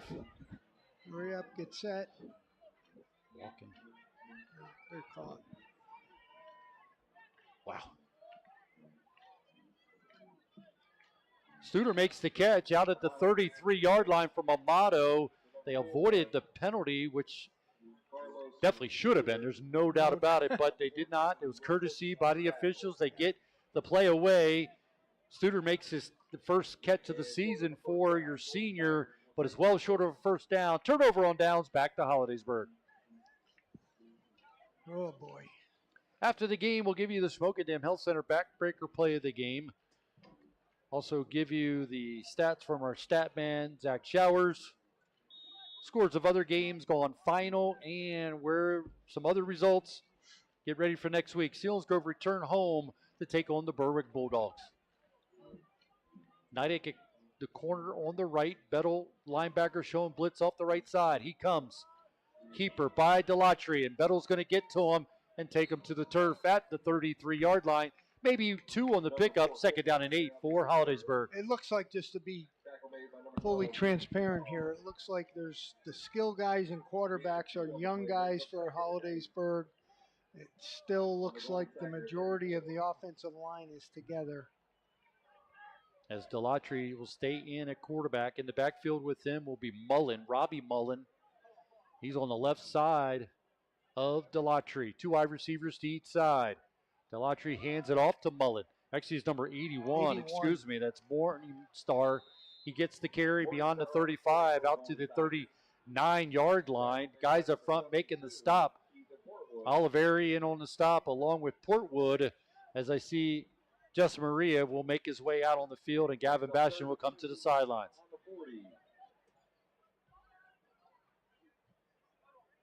Down marker guy making his way up to the 40-yard line on this 3rd down and 2 play. Bettle looking to come off the edge once again. Had a big stop on Delatry 2 plays ago. He's coming. On count, 4 seconds on the play clock. 3, 2, it's at 0, and they're going to catch them. So that Selinsgrove's delay game was definitely, because this was right at 0, and that official had his flag on the turf. So 5-yard walk-off against Holidaysburg. Again, Holidaysburg next week will take on Williamsport. So all 3 District 4 teams made the trip here to Holidaysburg. Yeah, Jersey Shore last week, Seals tonight, and Williamsport next week. And they played Mifflinburg early in the year, so was that here as well? No, that was at Mifflinburg. Morningstar gets the call. Nope, it's going to be Delatry. Lots of speed up the left sideline. Being traced by Studer. Give Studer credit. Trying to get to him and not going to be able to as Delatry takes it in for the score. Delatry on the keeper. Looked like it was going to go to Morningstar. Got up the left sideline and took off. Up the left sideline. Give Studer under the conditions. He was trying to give everything he got. Wyatt Teets coming from the other angle, trying to chase him from behind. Unable to get to him, and Delatry takes it in for the score. Oh, boy. Still 7:34 left to go in the game. I have that as Delatry's first Nope, excuse me. His 10th carry of the season and his second rushing touchdown of the season for Delatry. High snap, gets it down. Weedle kicks it up, plenty of distance up, and it's good. And the snap by Schimmel is good. The hold by Albrando is good. So 4 straight touchdowns by Holidaysburg to increase their lead to 50-14. So now it goes to the mercy rule, as it should. Delatry's touchdown completed a 3-play drive covering 68 yards. Took a minute and 36 seconds as Delatry went from 65 yards out for the run, the touchdown run. 7:34 to go in the game, but as you said, we move into mercy rule because with that extra point, it takes it to 50-14. That's the Selinsgrove Ford drive summary.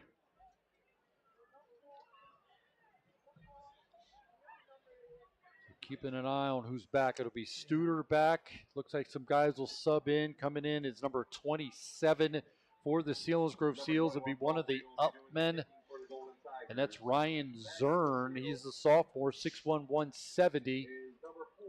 But back deep will be Carlos Studer waiting for Weedle's kick.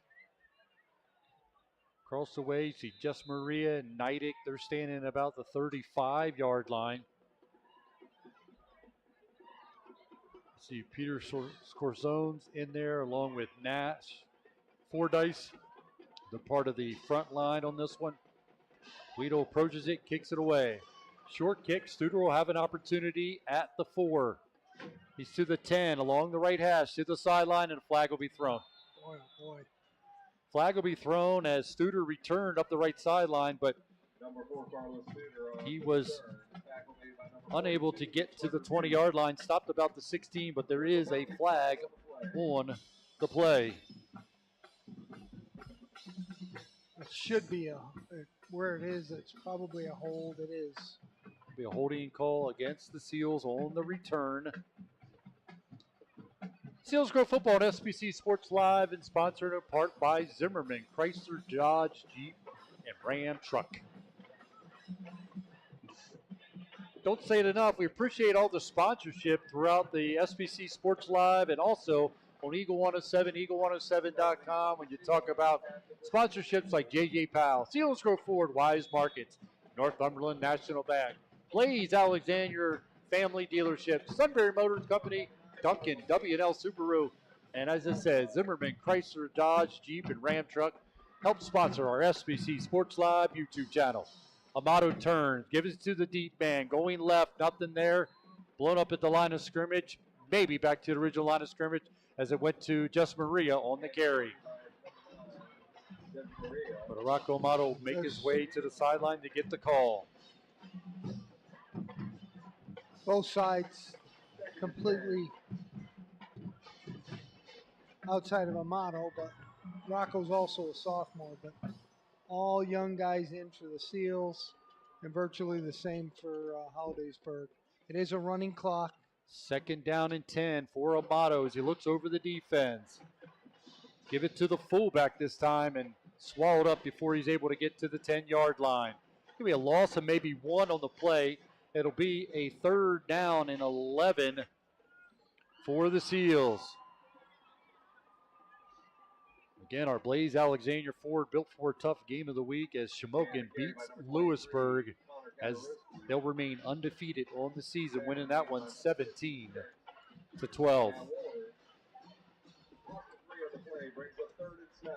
3rd down and 11 for Selinsgrove following the loss of the run. Trying to see if that's Kondrowski lined up at the fullback position. Going left, and it is. Trying to get the block, but not going to be able to spring Jess Maria on the run. It'll be a 4th down and 11, and Noah Walter is going to be asked to come out and punt this one away.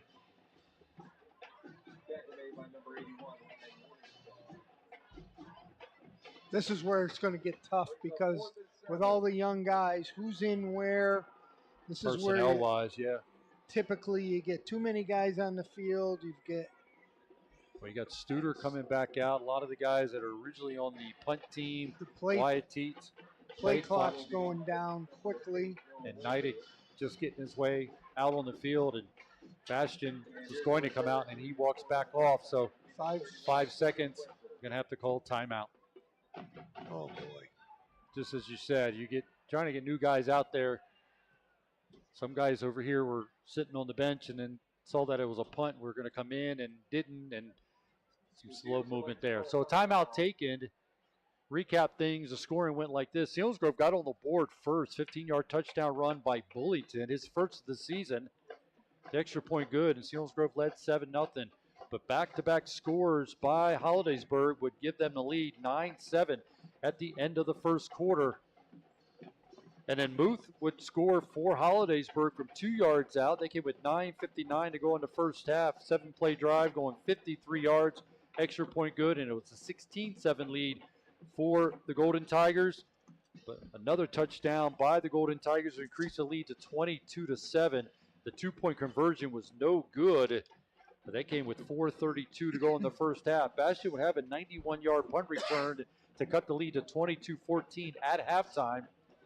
Back-to-back scores by Holidaysburg in the third, increased the lead to 36-14. And now back-to-back scores in the fourth to make it 50-14 lead for the Golden Tigers. Noah Walter will do the punting. The up man is Neidig. Looking for a good snap from Bettel. Long count, finally gets it. Noah Walter has to step up, gets it away. Takes it off the turf. Bettel, the first guy down there, but Studer's the one that will touch the ball down outside of the 35-yard line to the 37-yard line. That's where Holidaysburg will take over first down and 10. Let's run them down. I see 19 taken. Munson, Magnuson. Munson, Landon, if that's not correct, I apologize. Or Magnuson, sorry, Magnuson, is that what it is? Magnuson. We're going to go with Magnuson. He's a freshman, 5'10", 160 pounds. Oliveri will stay in. Kajorski comes in. Nash Fordyce will play the corner on the right side. Neidig, the corner on the left side. Kajorski at linebacker. Trying to see who the safety is at. Peter Scorzone playing the safety as this goes to Delatry again, going up the right side. So basically you have Delatry, who is a varsity player playing against the JV kids for Selinsgrove. 51 is in there as well, and that's Cameron Newcomer. Looks like he lined up at the middle linebacker position for the Seals. Good job on that lineup. Call down. I think I got them all. If I didn't, I will try in the next couple plays, but I see is that I can never tell if that's 43 or 47, so it's either Sheltman or it's Medowery. Jess Maria on the stop as the run goes inside the 20, but came up from the safety position and took on the running back on the stop. Yep. And these young guys are getting valuable experience. And it is Sheltman, 43, that's in the game on the left side of the defense for the Seals. First down pickup by the Tigers. All new numbers in there now for Holidaysburg. Delatry stays into the quarterback position. He has a 65-yard touchdown run to his credit. He's sending 2 wide receivers left, 2 to the right. 10 seconds on the play clock. Man in the backfield, number 14 for Holidaysburg. That's Cordish. He gets the call, going left. Runs away from a couple tackles. Sheltman going to make the stop coming from his linebacker position. Also, Scorzone on the stop for the Seals. 63 checking in, and 56. 63 is Burge, and 56 is Rook.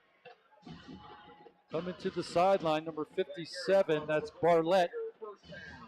Coming to the sidelines on this first down and goal to go for Holidaysburg. Selinsgrove trailing 50-14 with 2:45 to go in the game. Stick around for the post game. Give you the stats of this one. The Schmokadam Health Center backbreaker play of the game and wrap things up here from Holidaysburg. Lone back in the backfield gets the call again, going straight up the middle into the end zone. Touchdown for Holidaysburg. On the carry was Cordish. Number 14. Just a virtually entire freshmen, some sophomores for the Seals defense on that.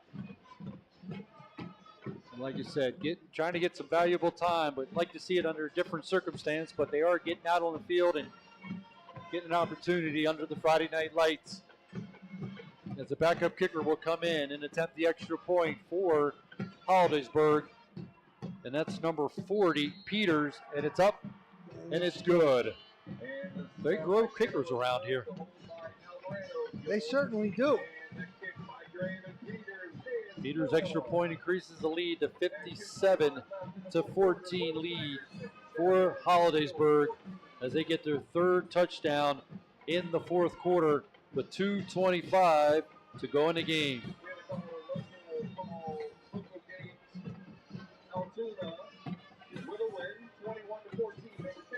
Again, the touchdown run by Cordish.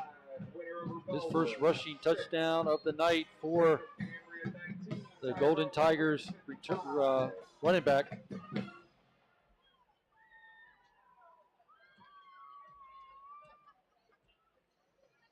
And Peters will come and tee it up between the hashes for Holidaysburg. The ride home doesn't make it any easier to have to stomach this loss here for the Seals. And the coaches are basically counting up guys and putting them in position where they're, unfortunately haven't played much. Back deep is Studer, waiting for the kickoff by Peters. Number 40, Draven Peters, will be doing the kicking for the Golden Tigers. He approaches it, kicks away the line drive kick, taken by the up man. That's Devin Mitchell at the 30. Makes a man miss at the 33-yard line, takes it out to the 35, 36-yard line. Give Mitchell credit, trying to pick up as much as he could on that return for the Seals, but Cordish takes it in from 8 yards out on that last touchdown by Holidaysburg, and that completed a 4-play drive going 38 yards, took 2 minutes and 30 seconds.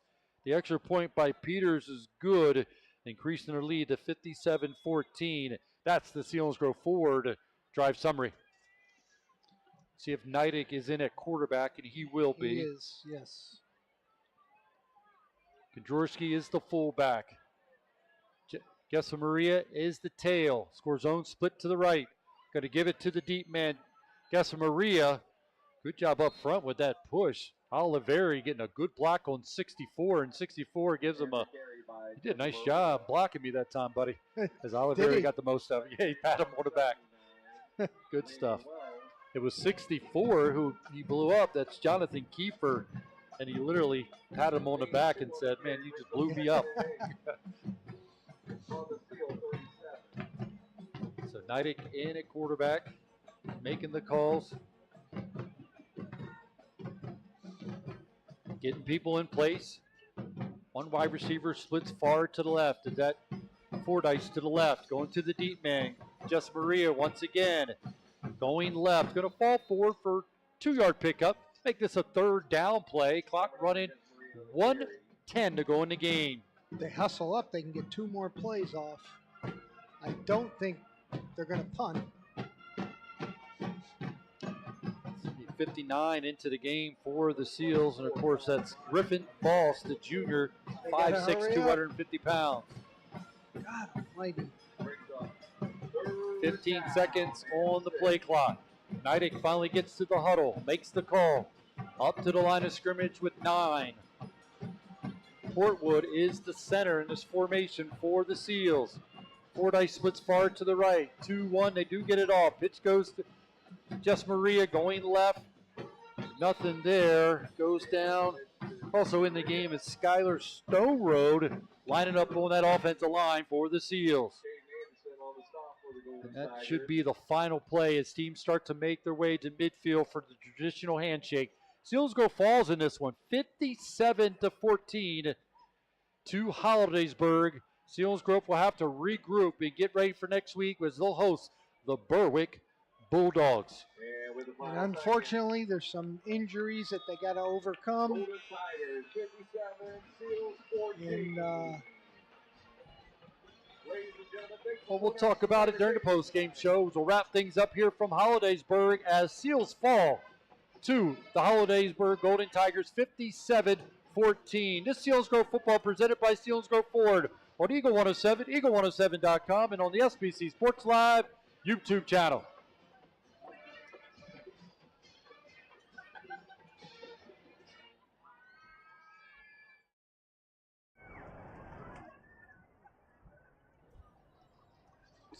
See them all coming over, shaking Ethan's hand.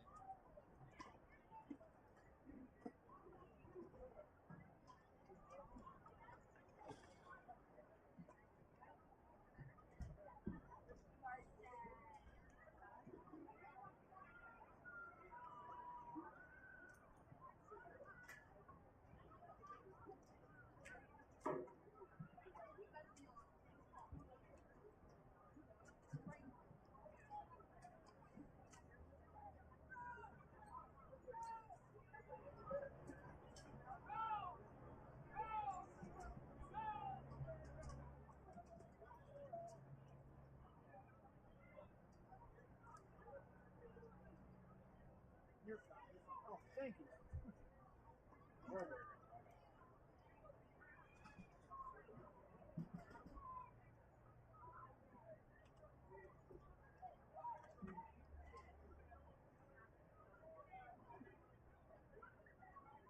Falls here tonight 57-14. They'll fall to 4-4 on the season with a home matchup against the Berwick Bulldogs next week. Holidaysburg improves to 7-1. Again, a 57-14 win for Holidaysburg. Steve, we're going to jump right into candidates and eventually announce the Schmokadam Health Center backbreaker play of the game. And I don't like it when it's leaned towards the opponent, but that's the situation here tonight, that the backbreaker plays of the game were candidates were presented by Holidaysburg, but trying to run through what the candidates were and eventually what you think would be the Schmokadam Health Center backbreaker play of the game. In my opinion, I think the reception when was it Steiner that was wide open, came off of the pump and go. That kind of Seals were getting fairly close in the third quarter. Did I say that? Pronounce it right? Yep, Steiner. Yep, absolutely. And I agree with you. I mean, that's a backbreaker. Yeah, absolutely. And it's unfortunate. They completely outmanned. I think the Seals really had to get some sort of offense going, as we said, to keep the chains moving, keep that offense off the field, and they didn't do it. They didn't come close to doing it. And end result was basically how the game played out, but they got to regroup, got an improving Berwick team coming to town, and this is one of those where there are times, I hate to say this, but we didn't even show them the film. This is just regroup, let's go. It's week 8 now. That team's a good football team, a bigger school, different division. That's how it goes. So the Schmokadam Health Center backbreaker play of the game is just that. It's the Steiner 25-yard touchdown reception from Beatty as he did a sluggo, stop and go, got wide open, completed a 6-play drive covering 44 yards, came with 4:02 to go in the third, increased the lead with the extra point to 36-14. So that's the Schmokadam Health Center backbreaker play of the game. Schmokadam Health Center offering medical care, chiropractic care, rehabilitation, and more. Call 570-743-4333 for an appointment. That's your Schmokadam Health Center backbreaker play of the game. The scoring recap. Again, Selinsgrove got on the board first, but back-to-back scores by Holidaysburg increased it to 9-7 lead at the end of the first quarter. And then back-to-back scores, first a 2-yard touchdown run by Muth, and then a 3-yard touchdown run by Bainey, increased the lead to 22-7 after a 2-point conversion was no good. But Selinsgrove got a 91-yard punt return by Bastion right at the end of the half to cut the lead to 22-14. That was just with 47 seconds to go in the first half. But back-to-back scores in the third by Holidaysburg increased the lead to 36-14. and it was the Steiner one from 25 yards out. They increased it to 36-14. That would be the score at the end of the third quarter. But then back-to-back scores by Holidaysburg in the fourth quarter. The first one by Bainey, who got his fifth rushing touchdown of the season. That came from 5 yards out. It was an impressive 10-play drive. Had to go 84 yards. The extra point was good. Increased their lead to 43-14. Delatry got the 65-yard touchdown run to make it 50-14. And then late in the game with 2:25 to go, Cordish got the 8-yard touchdown run, and that would be the final scoring in this one as Holidaysburg beats Selinsgrove 57-14. Selinsgrove falls to 4-4, and Holidaysburg improves to 7-1. Take a look at other scores. Shikellamy falls to Bloomsburg 39-29. It's a final that Shamokin got the win over Lewisburg to stay undefeated. Lewisburg, the first loss on the season, but a good one. It was our Blaze Alexander Built For Tough game of the week, and it was a good one. Shamokin beat Lewisburg by 5, 17-12. Midwest gets shut out by Milton 27-0. Southern Columbia beats Montoursville by 3, 19-16. Danville over Loyalsock 28-3. Central Columbia gets shut out by Mifflinburg 56-0. Muncie beats South Williamsport 49-21. Central Mountain's able to score 20 points on Mount Carmel, but falls 49-20. Warrior Run beats Hughesville in overtime 29-22. Lime Mountain gets the win, and Berwick beats Williamsport 37-14. So as you said, a much improved Berwick team will be the matchup for the Seals next week when we return home to Harold L. Bolick Memorial Field. Again, we appreciate all the sponsorship. Gets us going both on the SBC Sports Live YouTube channel and also on Eagle 107, eagle107.com. We know our stat man is trying to get all the stats together, and going to be a hard thing to look at, I'm sure. But before we wrap things up, definitely want to give you an idea of what the Selinsgrove dealt with here tonight against this good Holidaysburg team.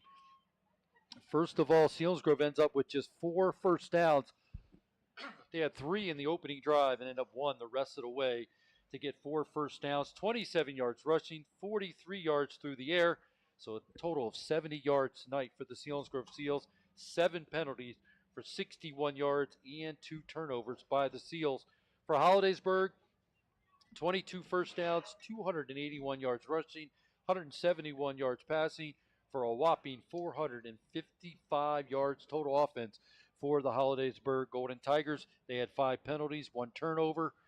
Individual numbers for Selinsgrove, Amato 4 for 9 for 38 yards and a pick. Bastion had 1 pass. It was completed to Miller for 5 yards. Bastion had 4 catches for 38 yards. In the rushing department, Miller ended up with 34 yards. Bullington 16 yards and a touchdown. And Bastion 2 carries for 3 yards. And then Jess Maria 5 carries for 4 yards. For the Holidaysburg Golden Tigers in the passing game, Bainey ends up 15 for 20, 174 yards and a touchdown. Bell had 6 catches. Steiner had 3 and a touchdown. Delatry 3 catches for 34 yards. Baraner ended up with 97 yards on 21 carries for 2 touchdowns. Bainey, 12 carries for 45 yards and 2 touchdowns. Muth had 7 carries, 34 yards and a touchdown. And we keep going with Delatry with 3 carries, 76 yards and a touchdown. So a victory tonight for Holidaysburg, 57-14 over the Selinsgrove Seals. Seals will have a long drive back, as we all will, but they'll regroup and get ready for Berwick, who beat Williamsport tonight. So again, we'll be back at Harold L. Bolick Memorial Field with me, Pat O'Brien, and Steve Briggs at 6, followed by the kickoff at 7. Remember, each week on Eagle 107, here live play-by-play action of Penn State Nittany Lions football on Eagle 107. So for Zach Showers, our stat guy, Rick Erdman, our producer, and our SBC Sports Live staff, along with Steve Briggs, I'm Pat O'Brien. Say thank you for joining us for Seals football on Eagle 107, eagle107.com, and on the SBC Sports Live YouTube channel.